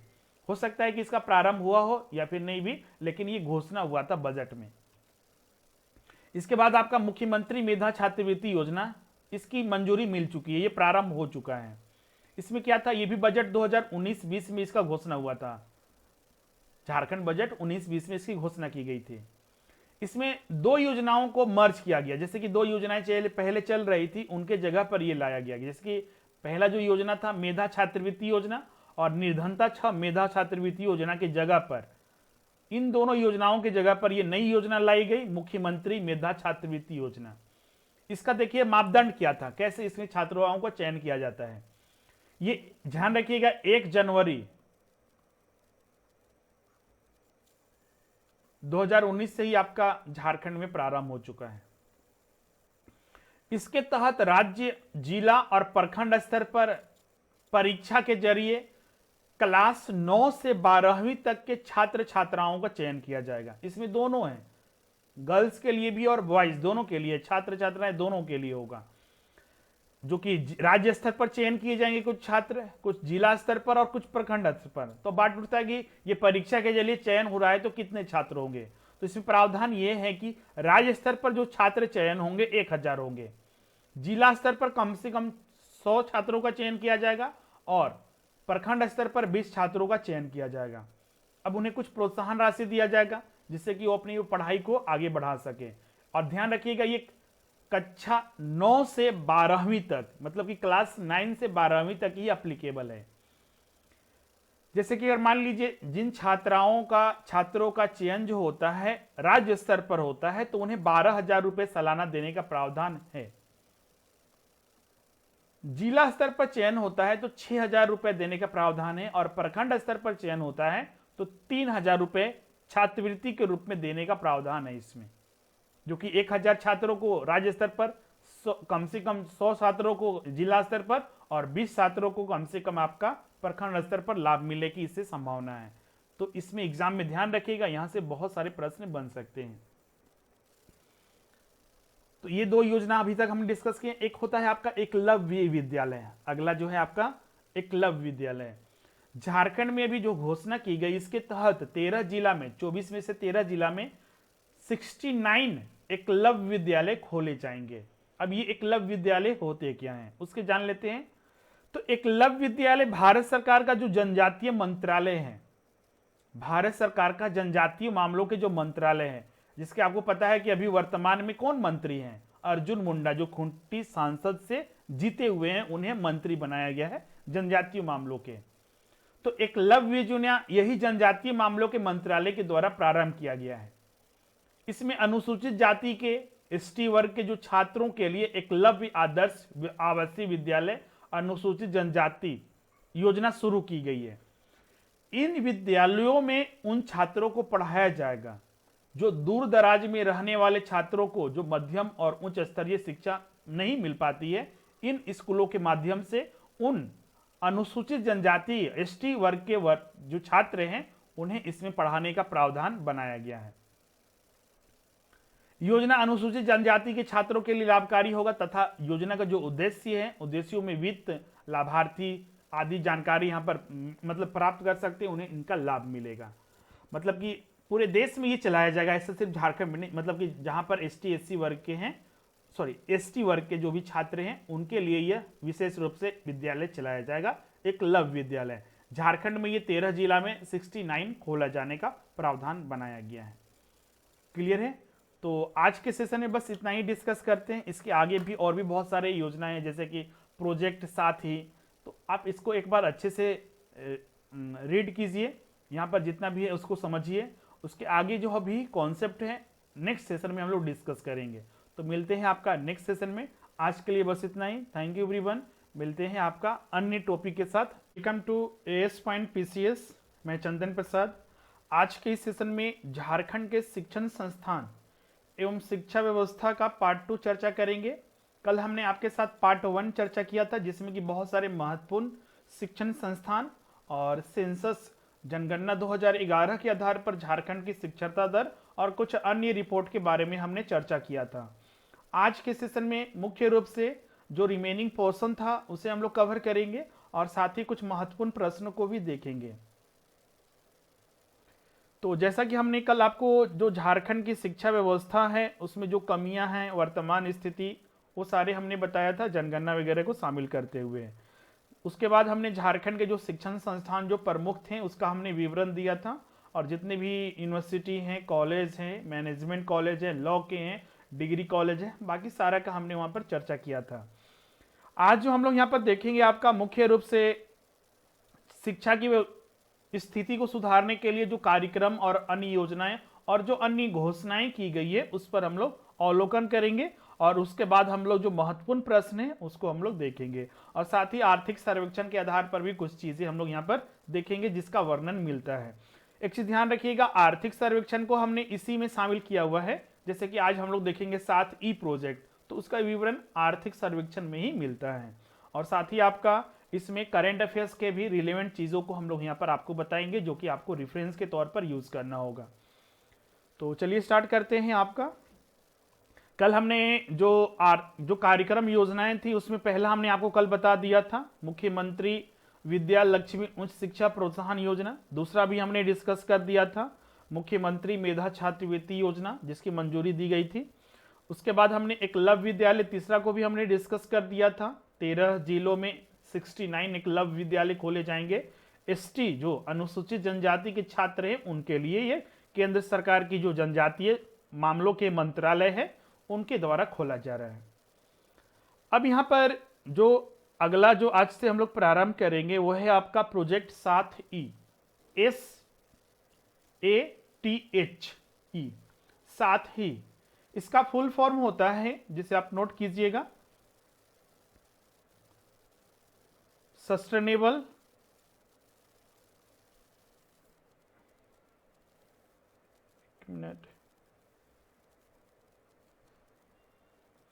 इसका जो फुल फॉर्म होता है आपका sustainable action for trafficking human capital in education. इसके फुल फॉर्म से कुछ कॉन्सेप्ट तो आपको मिल गया होगा कि मतलब कि कैपिटल, ह्यूमन कैपिटल, एजुकेशन को बढ़ावा देने के लिए स्पेशल रूप से ये एक sustainable action for transforming human capital in education. अगर हम बात करते हैं एजुकेशन का, तो एजुकेशन में झारखंड का स्थिति आप देख सकते हैं क्या स्थिति है। इसी के लिए यह 7 प्रोजेक्ट, 7E प्रोजेक्ट जो है आपका नीति आयोग के द्वारा चलाया जा रहा है। यह 3 राज्यों के लिए प्रारंभ किया गया है, जिसमें कि झारखंड, मध्य प्रदेश और उड़ीसा, इन 3 राज्यों को शामिल किया गया है नीति आयोग के द्वारा। नीति आयोग के बारे में बता दें, योजना आयोग के स्थान पर नीति आयोग की स्थापना 1 जनवरी 2015 को की गई थी। इकोनॉमिक्स में हम लोग पढ़ेंगे भी ये, लेकिन इसको थोड़ा सा ध्यान रखिएगा। 2015 को स्थापना की गई थी, जिसके अध्यक्ष खुद प्रधानमंत्री होते हैं। इसमें जो भी पहले योजना आयोग के द्वारा योजनाएं बनाई जाती थी, अभी सारा नीति आयोग एक थिंक टैंकर के जैसा काम करती है। अब उसी के द्वारा ये चलाया जा रहा है 7E project, sustainable action for transforming human capital in education. 3 राज्यों के लिए प्रारंभ किया गया है। 17 मार्च 2018 को ये परियोजना को प्रारंभ किया गया है। इसमें आपका जो प्रोजेक्ट है, आपका 7E प्रोजेक्ट नीति आयोग और झारखंड राज्य सरकार और बीसीसी के सहयोग से ये पूरा किया जाएगा। एक बीसीसी एक संस्था है जिसके माध्यम से ये प्रयोग होगा, ताकि झारखंड को भी एक शिक्षा के मॉडल के रूप में परिवर्तित किया जा सके। और ये 3 साल 30 महीने के करीब होगा, मतलब करीब 3 साल के लगभग। इसमें आपका जो राज्य है, हम तो यहाँ पर झारखंड पर ज्यादा फोकस कर रहे हैं, झारखंड में क्या क्या किया जाएगा। तो इसमें आपका नीति आयोग के द्वारा जिस राज्य में ये चलाया जा रहा है, जैसे कि झारखंड में, तो ये पीएमयू लक्ष्य निर्धारण, डिजाइन, कार्यान्वयन, इंप्लीमेंटेशन का नेतृत्व कर रहा है। और इसमें साथ ही आपका जो परियोजना के तहत झारखंड राज्य में शिक्षा की डिलीवरी, पहुंच और गुणवत्ता में सुधार के लिए 15 पहल पर एक विस्तृत रूपरेखा तैयार की गई है। ये तो पूरे झारखंड में चलाया जाएगा, लेकिन मुख्य रूप से नीति आयोग के द्वारा जो आकांक्षी जिले झारखंड में, आपको पहले भी हम बता चुके हैं आकांक्षी जिले, तो 19 आकांक्षी जिले हैं झारखंड में, 24 में से 19, वहां पर विशेष रूप से इसके लिए चलाने का काम किया जाएगा। साथ ही इन जिलों में जो आपका संक्रमण दर है, ट्रांजिशन रेट्स है, सीखने की जो लर्निंग क्षमता, पीटीआर जो है, पीटीआर आपको हमने पहले भी बताया है, पीटीआर जो आपका छात्र और शिक्षक का जो रेशियो है उसे सही करने के साथ ही 8 शैक्षणिक मापदंडों पर नजर रखेगी। इसके तहत जो 3 महत्वपूर्ण होंगे, ऐसे इसमें 15 तरह के पहल है, जिसमें कि मुख्य रूप से 8 हैं। और इसमें अगर हम 3 का बात करें तो पहला आपका स्कूल का पुनर्गठन है, ई विद्या वाहिनी और ज्ञान सेतु है। ये 3 चीजें हैं जो कि मुख्य रूप से इस प्रोजेक्ट में शामिल है। 18 से, चूंकि यहां पर 17 मार्च 2018 से ये प्रारंभ हो गया है, तो ये 2018 से 2020 के लगभग 30 महीने के लिए करीब ये 3 साल के लिए चलाया जाएगा। हो सकता है कि इस बार कोरोना वायरस की वजह से इसे एक्सटेंड करके आपका नेक्स्ट ईयर तक किया जाए, लेकिन ये 3 साल तक ही था। नीति आयोग ने मई 2017 में ये शिक्षा में जो राज्यों की स्थिति खराब है या फिर उसके लिए रिपोर्ट देने के लिए, पेश करने के लिए बोला था। उसमें 16 राज्यों ने भागीदार दिया था, 16 राज्यों ने अपने पक्ष में उत्तर दिया था, जिसमें से कि मानव संसाधन मंत्रालय, आज जिसे हम लोग मिनिस्ट्री ऑफ एजुकेशन, शिक्षा मंत्रालय के नाम से जानते हैं, के साथ ये प्रेजेंटेशन हुआ था। और परामर्श के बाद कार्यक्रम के लिए 3 राज्यों का सिलेक्शन हुआ, जिसमें कि झारखंड, मध्य प्रदेश और उड़ीसा, जैसा कि हमने पहले बताया था, इनका चयन किया गया। क्लियर है? तो ये प्रोजेक्ट 7E अच्छे से ध्यान रखिएगा, एग्जाम में पूछा जा सकता है। खासकर इसमें जो पहल है, किसके द्वारा 7E प्रोजेक्ट चलाया जा रहा है, क्या पर्पस है, कब प्रारंभ किया गया, कितने महीनों का, कितने साल का था, ये सारी चीजें पूछी जा सकती है। अब इसके आगे हम लोग आते हैं ज्ञानोदय योजना। ज्ञानोदय योजना के बारे में बता दें, यह एक तरह का डिजिटल शिक्षा को बढ़ावा देने के लिए यह प्रारंभ किया गया है। इसमें आपका राज्य सरकार जो है, आपका शिक्षकों को टैबलेट, जो डिजिटल पैड है, वो उपलब्ध कराने का प्रावधान बनाया है। इसमें जैसे कि स्कूल में निगरानी करने के लिए या फिर ऑनलाइन सॉफ्टवेयर के माध्यम से बच्चों का एक स्थिति को देखने के लिए, क्योंकि आपको पता है कि सारे काम आपका स्कूलों में, सरकारी स्कूलों में सारा आपका पेपर वर्क होता है, तो उस चीज को डिजिटल करने के लिए जो उपस्थित है छात्र, उसके लिए शिक्षकों की उपस्थिति, drop out, mid day meal इत्यादि के लिए माध्यम से झारखंड के शिक्षा विभाग द्वारा ऑनलाइन निगरानी के लिए यह पैड दिया जा रहा है, टैबलेट दिया जा रहा है स्कूलों को। करीब 40,000 स्कूलों के शिक्षकों को टैबलेट वितरित करने का इस योजना में उद्देश्य था, ज्ञानोदय योजना का। क्लियर है? तो इसको ध्यान में रखिएगा। इसमें ज्यादा कुछ कॉन्सेप्ट नहीं है, सिर्फ ज्ञानोदय योजना होता क्या है, कितनी हजार जो स्कूल हैं उसके शिक्षकों को दिया जा रहा है, इससे पूछा जा सकता है। अगला है आपका जो शिक्षा व्यवस्था के अंतर्गत, उसमें है आपका कि हाई स्कूलों में भी अब खेती किसानी की पढ़ाई की जाएगी। ये आपका सत्र 2019 20 से ही लागू हो चुका है झारखंड में। इसमें करीब आपका 215 हाई स्कूलों में 7 ट्रेंड में व्यावसायिक शिक्षा की पढ़ाई किए जाने की घोषणा की गई थी, जिसमें कि आपका 2019-20 से 45 स्कूलों में प्रारंभ किया जा चुका है। 9वीं कक्षा में 7 ट्रेड के अलावा कृषि समेत अन्य नए ट्रेड की भी पढ़ाई की शुरुआत किए जाने की घोषणा की जा चुकी है 2019-20 से ही। मतलब कि हाई स्कूलों में अब अलग से जो खेती किसानी की तो पढ़ाई होगी ही, यह कृषि समेत अन्य ट्रेड मतलब कि कुल 7 ट्रेड होंगे, जिसमें कि कृषि भी इसमें पढ़ाई में होगा। जैसे कि कृषि के अलावा इसमें मल्टी स्किल होगा, इलेक्ट्रॉनिक एंड हार्डवेयर होगा, ऑटोमोटिव होगा, एप्रल होगा एंड मेकअप की ट्रेड की शुरुआत की जाएगी। मतलब कि अब क्लास 9वीं से इस सारे के बारे में स्टूडेंट को जानकारी दी जाएगी। इसके लिए लैंड ए हैंड के साथ करार किया गया है। इसे आपका वोकेशनल कोर्स बोल सकते हैं या फिर जो बिजनेस स्टडीज के तौर पर हम लोग जानते हैं व्यवसायिक शिक्षा के तौर पर, उसमें यह प्रारंभ किया जाएगा।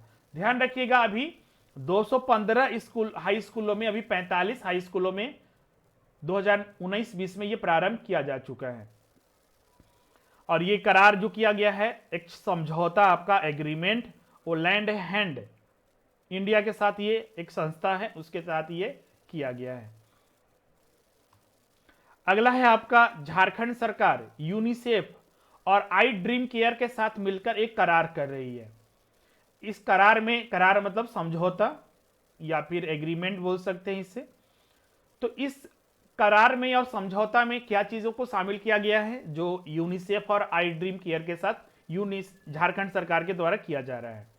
तो यूनिसेफ आपको पता है कि आपका एक अंतरराष्ट्रीय संगठन है जो कि बच्चों के एजुकेशन और बच्चे की जो स्थिति से निपटने के लिए उसकी स्थापना की गई थी, जिससे कि उनका जो कुपोषण का या फिर जो गरीब देश हैं वहां पर उस स्थिति को सुधारने के लिए यूनिसेफ काम करता है एक एनजीओ के जैसा।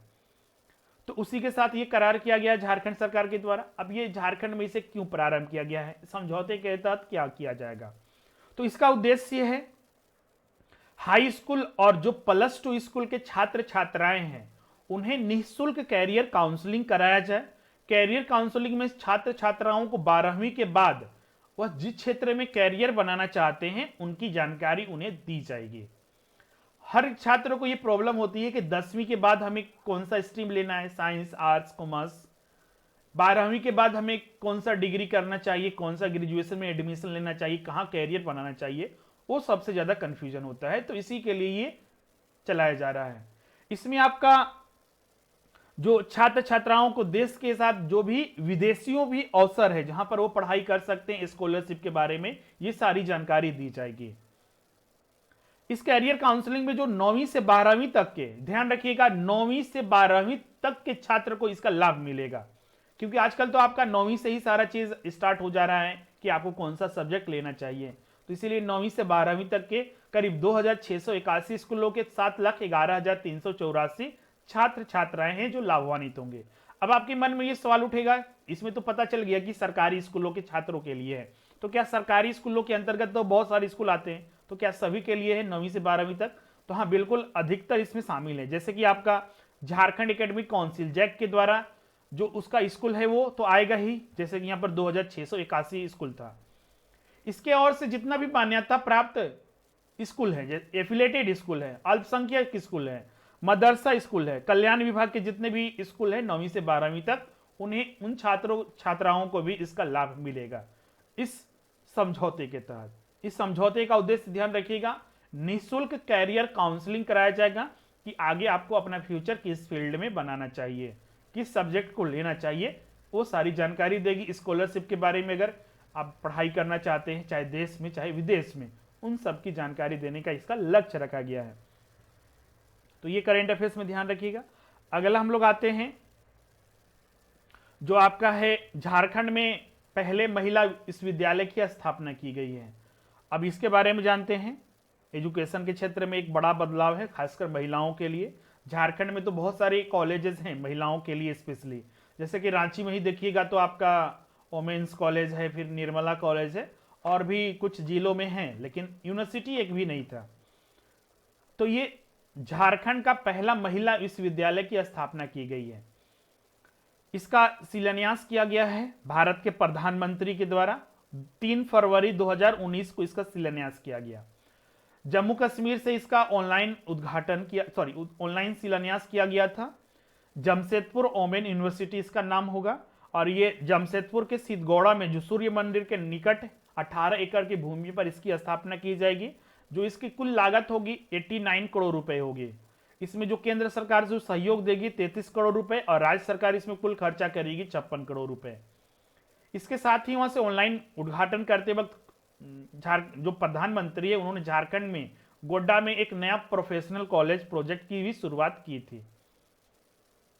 तो इसमें से ध्यान रखना, एग्जाम में यहां से पूछा जा सकता है कि हाल ही में महिला विश्वविद्यालय स्थापना कहां पर किया जाएगा, किस जिले में या फिर किस शहर में और कहां पर, तो वो सारे चीज ध्यान रखिएगा। और इसमें कुल कितना खर्च किया जाएगा, राज्य सरकार इसमें कितना खर्च करेगी, केंद्र सरकार कितना खर्च किया जाएगा। और इसका शिलान्यास किनके द्वारा किया गया, तो 3 फरवरी 2019 को ऑनलाइन शिलान्यास किया गया था प्रधानमंत्री नरेंद्र मोदी के द्वारा, जो जम्मू कश्मीर के शेरे इंटरनेशनल कन्वेंशन सेंटर श्रीनगर से इसकी ऑनलाइन शिलान्यास किया गया था। तो इसमें बस इतना ही था। अब अगला है आपका हजारीबाग में भारतीय कृषि अनुसंधान संस्थान के प्रशासनिक और शैक्षणिक भवन का उद्घाटन किया गया, उसके बारे में देखते हैं। तो ये हजारीबाग में झारखंड का पहला भारतीय कृषि अनुसंधान संस्थान होगा।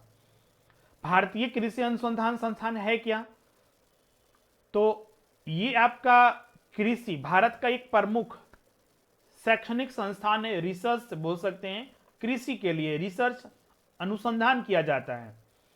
केंद्र सरकार का जो विभाग है कृषि शिक्षा एवं अनुसंधान विभाग, जो कृषि मंत्रालय के अंतर्गत आता है, उसी के अंतर्गत ये संस्थान आता है जो काम करता है। इसका जो मुख्यालय है, मेन ब्रांच जो है आपका परिसर, वो आपका दिल्ली में स्थित है, नई दिल्ली में। और पूरे राज्य में बहुत सारे इसके अदर परिसर भी हैं, जो कि झारखंड में भी आपका हजारीबाग में स्थापित किया गया।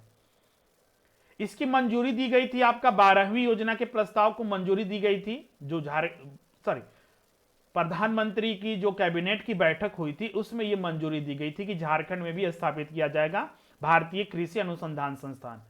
पहले क्या था, एग्रीकल्चर जो बिरसा एग्रीकल्चर यूनिवर्सिटी है वही कृषि पर झारखंड में मुख्य रूप से काम करता था, जिससे कि आसपास के क्षेत्र और झारखंड को लाभ होता था।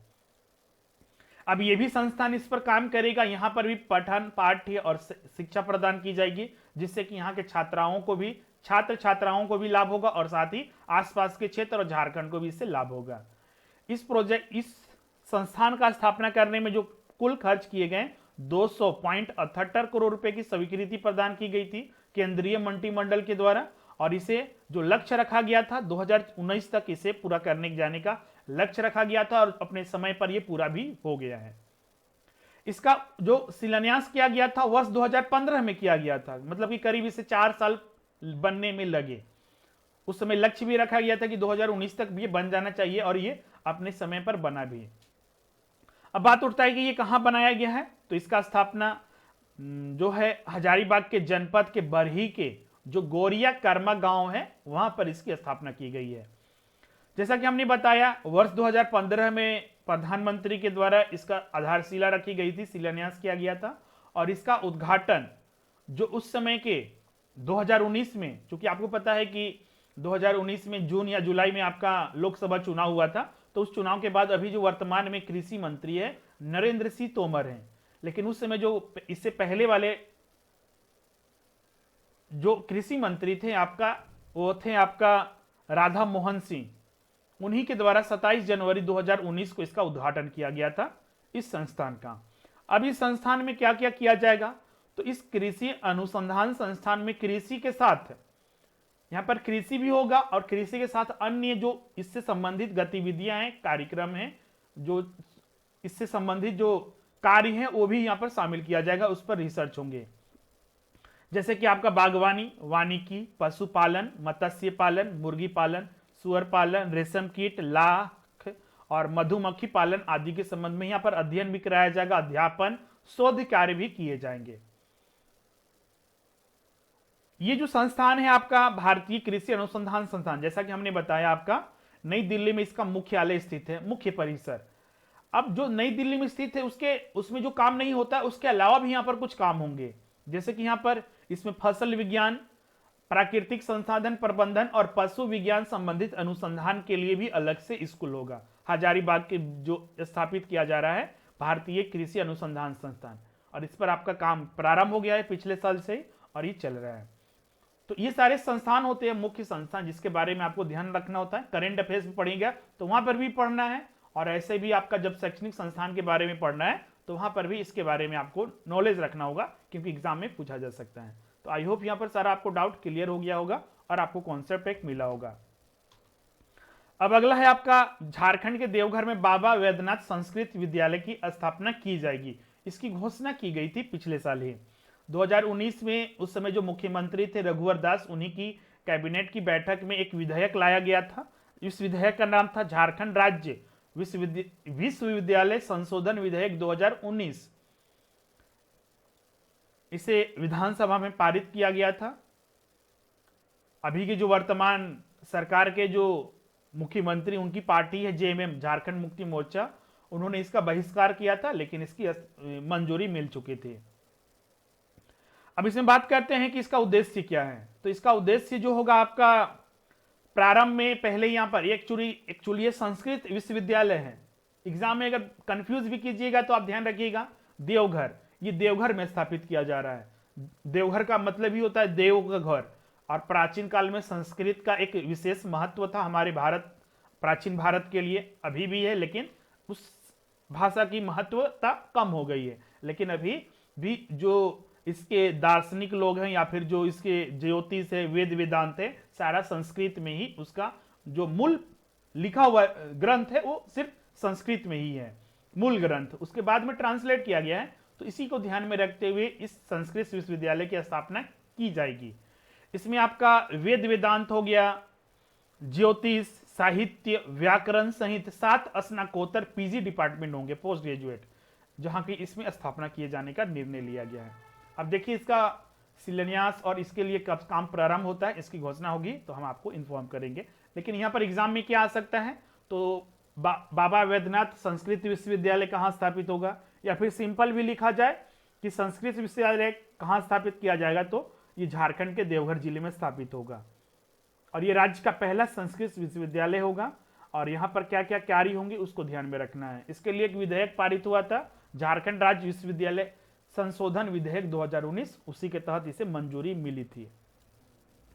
अगला जो हम लोग यहाँ पर चर्चा करेंगे वो है आपका मुख्यमंत्री स्कूली शिक्षा परामर्श दात्री समिति, chief minister school education consultative committee.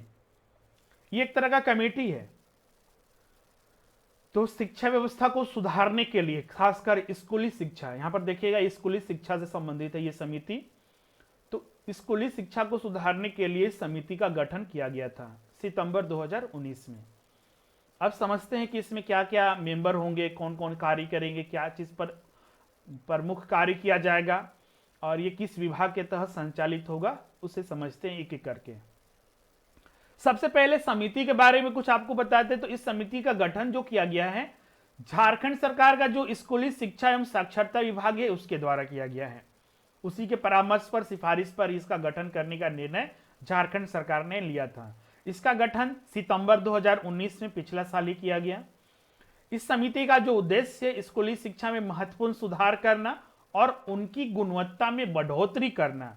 Jharkhand में देखिए क्या स्थिति है, बहुत ज्यादा खराब स्थिति है, खासकर जो सरकारी स्कूलें हैं वहां पर अभी तो छात्रों की पहुंच हो चुकी है, स्कूलों तक जा रहे हैं।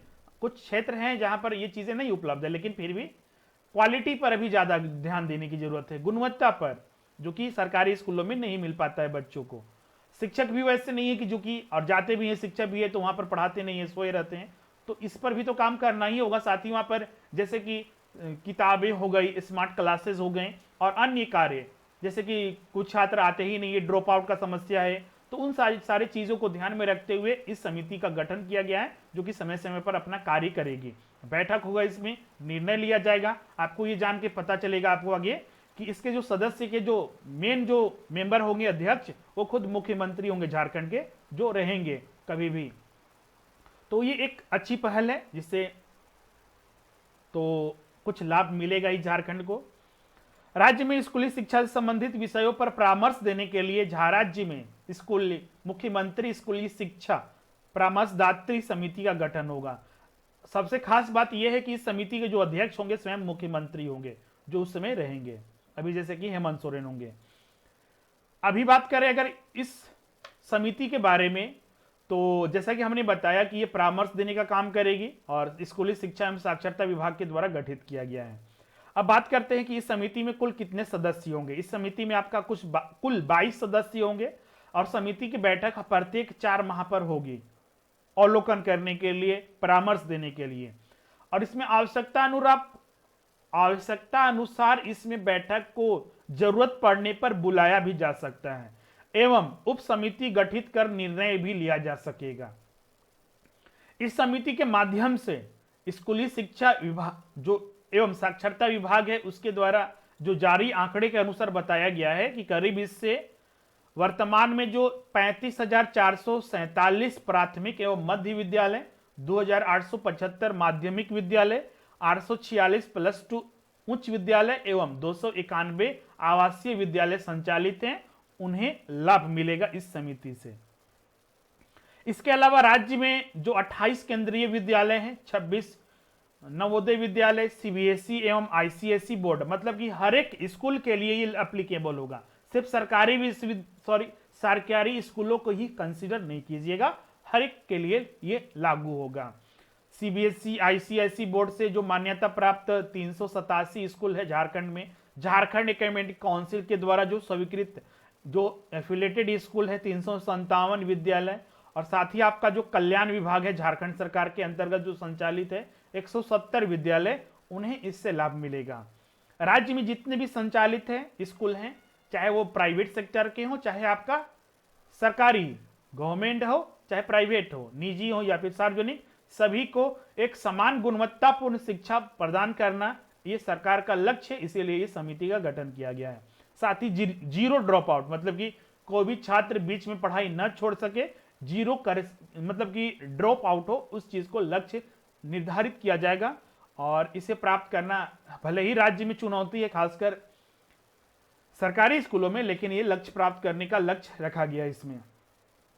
स्कूली शिक्षा के अति महत्वपूर्ण एवं चुनौतीपूर्ण मुद्दों पर परामर्श के लिए मुख्यमंत्री स्कूली शिक्षा परामर्शदात्री समिति का गठन यहां पर किया गया है।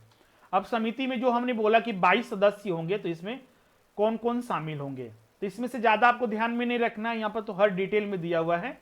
तो इसमें आप ध्यान रखिएगा, पहला कि इस समिति के जो अध्यक्ष होंगे स्वयं मुख्यमंत्री होंगे। दूसरा आपका कि इसमें स्कूली शिक्षा एवं साक्षरता विभाग की जो मंत्री होंगे वो उपाध्यक्ष बनाया जाएगा इसमें, और साथ ही आपका जो विभाग के सचिव होंगे वो आपका इस कमेटी के सदस्य सचिव के रूप में होंगे। ये 3 मेंबर ध्यान रखिएगा, अध्यक्ष होंगे मुख्यमंत्री, अध्यक्ष मुख्यमंत्री, दूसरा आपका उपाध्यक्ष जो होगा, उपाध्यक्ष जो होंगे वो आपका स्कूली शिक्षा साक्षरता विभाग के जो मंत्री होंगे वो होंगे, और तीसरा आपका जो सदस्य सचिव होगा इस समिति का, सदस्य सचिव, जो कि स्कूली शिक्षा एवं साक्षरता विभाग के जो सचिव होते हैं, सेक्रेटरी होते हैं, वही सदस्य सचिव बनाए गए हैं कमेटी के। हम यहाँ पर कोई जो भी एक आईएएस ऑफिसर होते हैं जनरली, आपका पहले तो आराधना पटनायक थी, अभी उसमें चेंज हो गया है, अभी कोई और है, वो हम बाद में आपको अपडेट कर देंगे। एक बार आप सर्च कर लीजिएगा, आपको कोई दिक्कत नहीं होगा, उसमें पता चल जाएगा, कोई आईएएस अधिकारी होते हैं। इसके अलावा आप यहाँ पर देखिएगा समिति में विकास आयुक्त, अपर, ये 3 एग्जाम के पॉइंट ऑफ व्यू से सबसे ज्यादा इंपॉर्टेंट है, बाकी सब समझने के लिए हमने दे दिया है कि कौन कौन से इसमें मेंबर होंगे। अपर मुख्य सचिव उच्च एवं तकनीकी शिक्षा एवं कौशल विकास विभाग, महिला एवं बाल विकास विभाग, कार्मिक जो प्रशासनिक सुधार एवं राजभाषा विभाग के सचिव और सदस्य सचिव इसमें शामिल किए जाएंगे। इसके अलावा झारखंड एकेडमिक काउंसिल, राज्य बाल संरक्षण आयोग, राज्य निष्पक्षता आयोग के अध्यक्ष को भी सदस्य बनाया जाएगा। इसके साथ ही आपका जो क्षेत्रीय निदेशक होंगे केंद्रीय विद्यालय संगठन के, जवाहर नवोदय विद्यालय के प्रतिनिधि, नेतरहाट आवासीय विद्यालय के प्राचार्य, संत जेवियर स्कूल के प्राचार्य, डीपीएस के प्राचार्य, स्कूली डीएवी स्कूल के सरस्वती शिशु विद्या मंदिर, मदरसा संस्कृत विद्यालय, अल्पसंख्यक विद्यालय, यूनिसेफ और डब्ल्यूएचओ के प्रतिनिधि समिति के सदस्य भी इसमें सदस्य बनाए गए हैं। तो ये सारा विवरण था सदस्य के बारे में जो हमने यहाँ पर डिस्कस किया। तो इस तरह से आपका झारखंड में जो शिक्षा व्यवस्था को सुधारने के लिए जो मेजर पहल किए गए थे वर्तमान में, उस पर हमने चर्चा किया, चाहे वो योजनाएं हो, कार्यक्रम हो, समिति हो, उस पर हमने आपके साथ पूरा डिस्कस किया, नए नए संस्थान के बारे में। तो आई होप ये सारे आपको क्लियर हो गए होंगे। अब इसमें आपका क्या होगा, अब इसमें हम लोग क्या क्या कवर करेंगे। जैसा कि हमने पहले बताया कि ये पीटी में मुख्य रूप से शामिल होगा, तो आपका तो पूरा जितना भी सिलेबस के अनुसार हमने पूरा कंप्लीट करवा दिया है जो मुख्य मुख्य संस्थान थे। इसके अलावा 2020 के करंट अफेयर्स में भी हमने इसको बारे में जिक्र करेंगे, वो चीज आपको कवर करना है। इसके अलावा अभी हम लोग यहाँ पर कुछ प्रश्न डिस्कस करेंगे, करीब आपका 12 से 15 प्रश्न रहेंगे जो महत्वपूर्ण प्रश्न हैं, जो हमने अभी डिस्कस किया उसी के आधार पर कुछ नए भी प्रश्न हो सकते हैं। और उसके बाद आपके लिए एक टेस्ट पेपर होगा, टेस्ट आप आपको कल या फिर नेक्स्ट डे आप लेंगे, आपको वो प्रोवाइड करेंगे। तो चलिए कुछ प्रश्न हैं उसको हम लोग डिस्कस कर लेते हैं।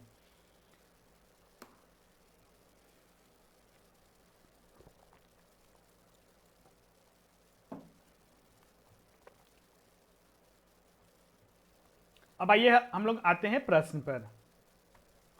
प्रश्न में आपका जो हम लोग यहां पर पहला प्रश्न है आपका, अनुसूचित जनजाति के विद्यार्थियों को शहरों के तरह ही गांवों में ही गुणवत्तापूर्ण शिक्षा मिले, इसके लिए झारखंड में कितने नए एकलव्य विद्यालय खोले जा रहे हैं, इसको हमने बताया भी था। तो 13 जिलों में 69 एकलव्य विद्यालय खोले जाएंगे। एकलव्य विद्यालय क्या होते हैं, जो अनुसूचित जनजाति के लिए भारत सरकार का जो जनजातीय मंत्रालय उसके द्वारा पूरे देश में ये खोले जा रहे हैं, जिन्हें कि उन्हें भी एक गुणवत्तापूर्ण शिक्षा मिल सके। तो झारखंड में ये 13 जिलों में 69 एकलव्य विद्यालय खोले जाने की घोषणा की गई है।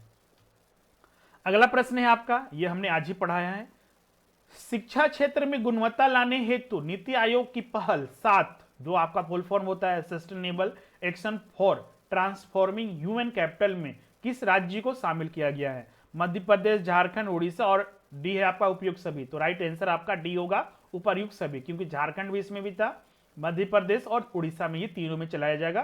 करीब 30 महीने का ये प्रोजेक्ट होगा, मतलब कि 2018 से 20 तक।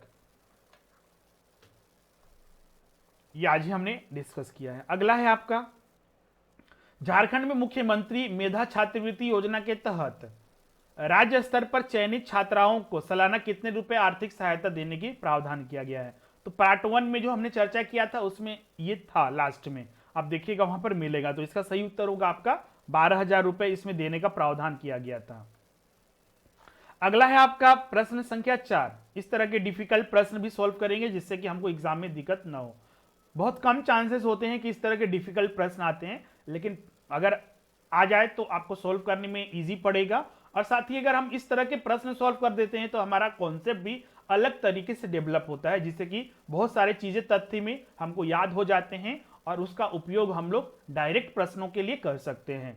तो झारखंड में मुख्यमंत्री छात्रवृत्ति योजना से संबंधित निम्नलिखित कथनों पर विचार कीजिए। पहला कथन है आपका, छात्रवृत्ति योजना और निर्धनता सह मेधा छात्रवृत्ति योजना की जगह नई योजना मुख्यमंत्री मेधा छात्रवृत्ति योजना शुरू करने की मंजूरी दी।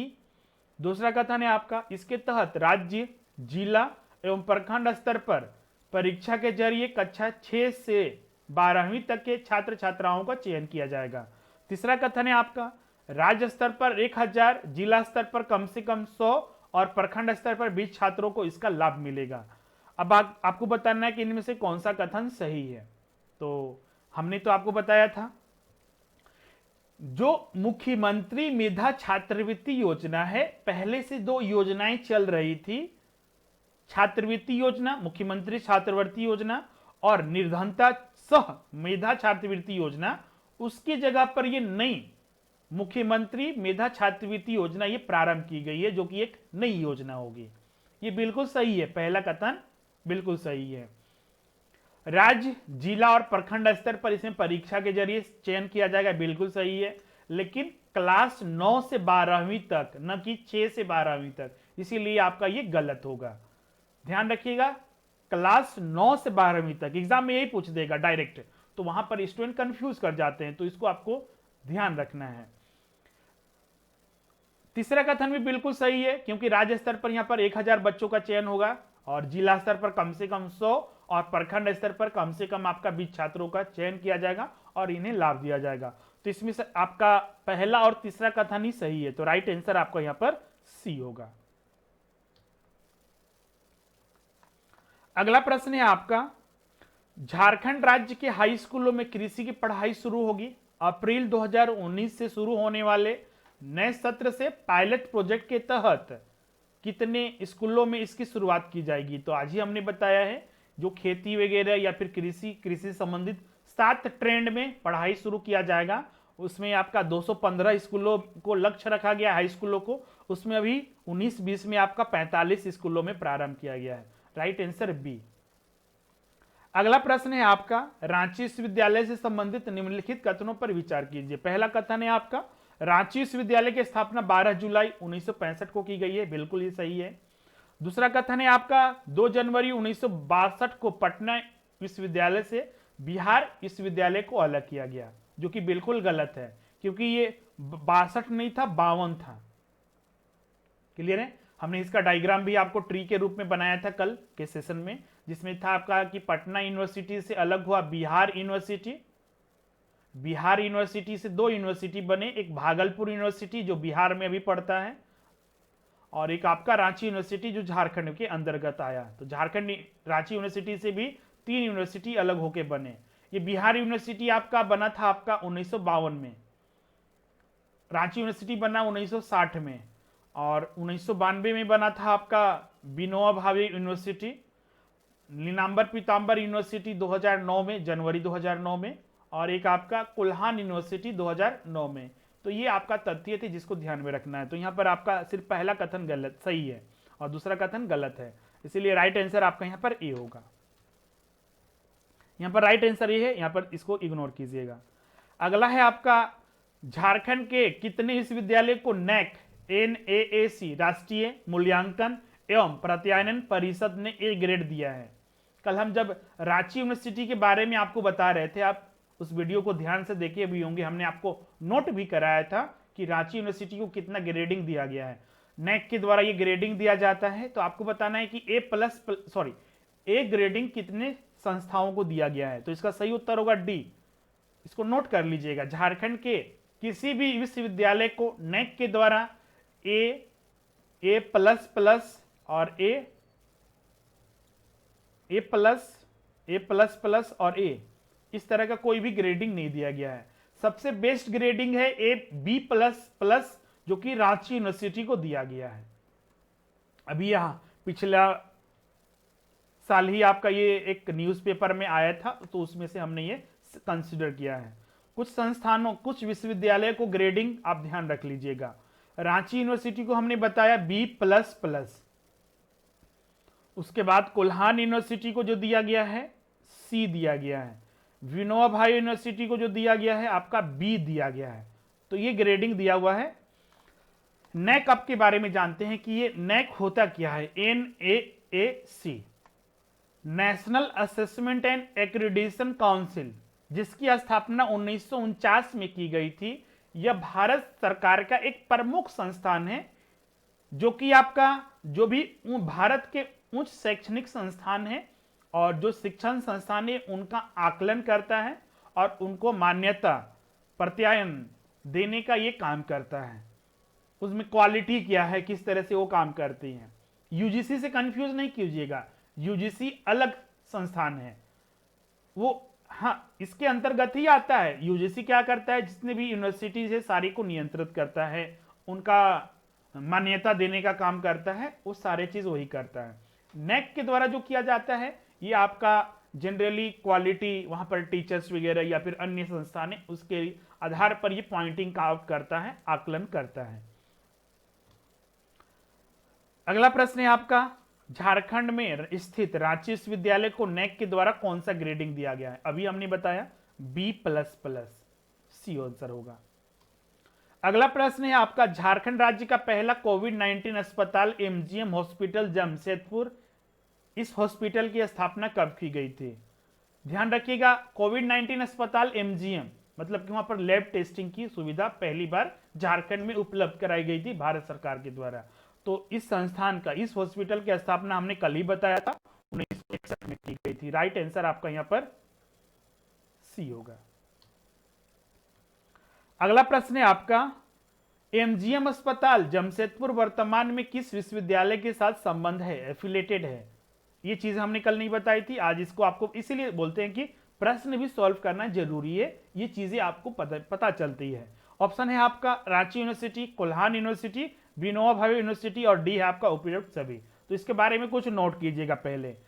अगर हम बात करें जैसे कि आपको 1961 में ये आपका यूनिवर्सिटी ये कॉलेज हॉस्पिटल के तौर पर स्थापित हुआ था, एमजीएम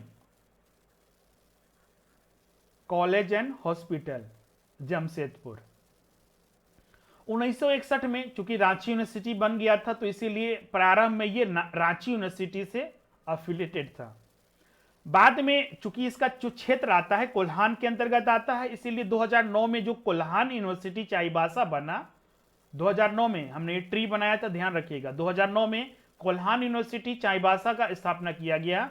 तो अभी वर्तमान में एमजीएम कॉलेज एंड हॉस्पिटल जो है आपका कोल्हान यूनिवर्सिटी से एफिलिएटेड है। 1961 से लेकर 2009 तक, 2008 तक, जब तक कि कोल्हान यूनिवर्सिटी नहीं बना था तब तक ये रांची यूनिवर्सिटी से एफिलिएटेड था। फिर बाद में अपना क्षेत्र में कोल्हान यूनिवर्सिटी बन गया उसी क्षेत्र में, तो इसीलिए अभी वो 2009 से कोल्हान यूनिवर्सिटी के साथ एफिलिएटेड है। यहां पर पूछा ही गया था कि वर्तमान में किस विश्वविद्यालय के साथ वो एफिलिएटेड है, तो राइट आंसर बी होगा, कोल्हान यूनिवर्सिटी। अगला प्रश्न है आपका, नीलांबर पीतांबर इस विद्यालय की स्थापना किस विश्वविद्यालय से अलग करके की गई थी? तो इसका सही उत्तर होगा सी, रांची यूनिवर्सिटी जनवरी 2009 में अलग हुआ था।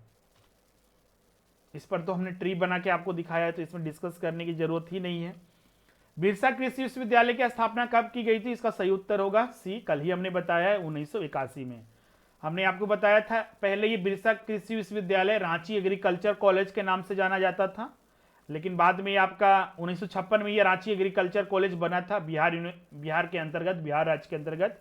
फिर बाद में बिहार राज्य के अंतर्गत ही आपका 1961 में इन क्षेत्रों के लिए, जो छोटा नागपुर क्षेत्रों के लिए एक कृषि विश्वविद्यालय की महसूस किया गया था, इसीलिए बिरसा के नाम पर, बिरसा भगवान के नाम पर ये बिरसा एग्रीकल्चर यूनिवर्सिटी की स्थापना की गई थी 26 जून 1981 को।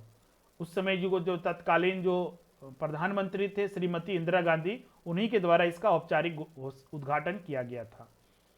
तो इस तरह से हमने यहाँ पर प्रश्न डिस्कस किए हैं। तो क्या क्या आप मुख्य रूप से डिस्कस किए हैं उसका एक बार थोड़ा शॉर्ट समरी आपको बता देते हैं। तो पहला चीज हमने यहाँ पर डिस्कस किया था आपका,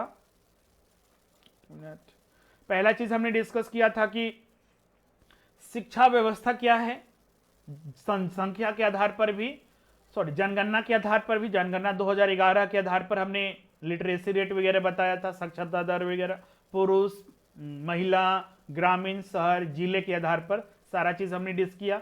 कुछ सर्वेक्षण वगैरह थे जिससे कि पता चलता है कि झारखंड में शिक्षा व्यवस्था का क्या स्थिति है। स्कूली शिक्षा खासकर बहुत ज्यादा खराब स्थिति में है, उच्च शिक्षा तो पहुंच ही नहीं पाता स्टूडेंट बहुत सारे, तो उसका तो अलग ही बात है। दूसरा, फिर हमने जितने भी एजुकेशनल इंस्टीट्यूशन है उसके बारे में हमने चर्चा किया था, मुख्य जो इंस्टीट्यूशन है सारे को हमने एक एक करके आपको बताया था। तीसरा जो हमने आज भी और कल भी कवर किया, शिक्षा व्यवस्था को सुधारने के लिए वर्तमान में सरकार के द्वारा जो योजना, कार्यक्रम, प्लान या फिर जो घोषणाएं की गई थी, नए नए जो शिक्षण संस्थान थे, जिसमें कि नए में पहला आपका जो जमशेदपुर का महिला यूनिवर्सिटी और दूसरा आपका हजारीबाग के जो बरही में स्थापित किया गया कृषि अनुसंधान संस्थान, उसको हमने चर्चा किया था मुख्य रूप से।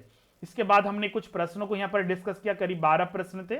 इसके अलावा प्रश्न के तौर पर और भी आपको टेस्ट के रूप में प्रश्न दिए जाएंगे, करीब उसमें भी आपका 25 से 30 प्रश्न रहेंगे, जो कि आपको ओवरऑल पूरी तैयारी कर देगा। आपको इसके अलावा कहीं से पढ़ने की जरूरत नहीं पड़ेगी। तो आज के लिए बस इतना ही। टेस्ट सीरीज हम लोग आपको जल्दी प्रोवाइड करेंगे और किसी भी अन्य तरह की जानकारी के लिए हमारे नंबर दिया हुआ है, उनसे कॉन्टेक्ट कीजिए। Thank you everyone.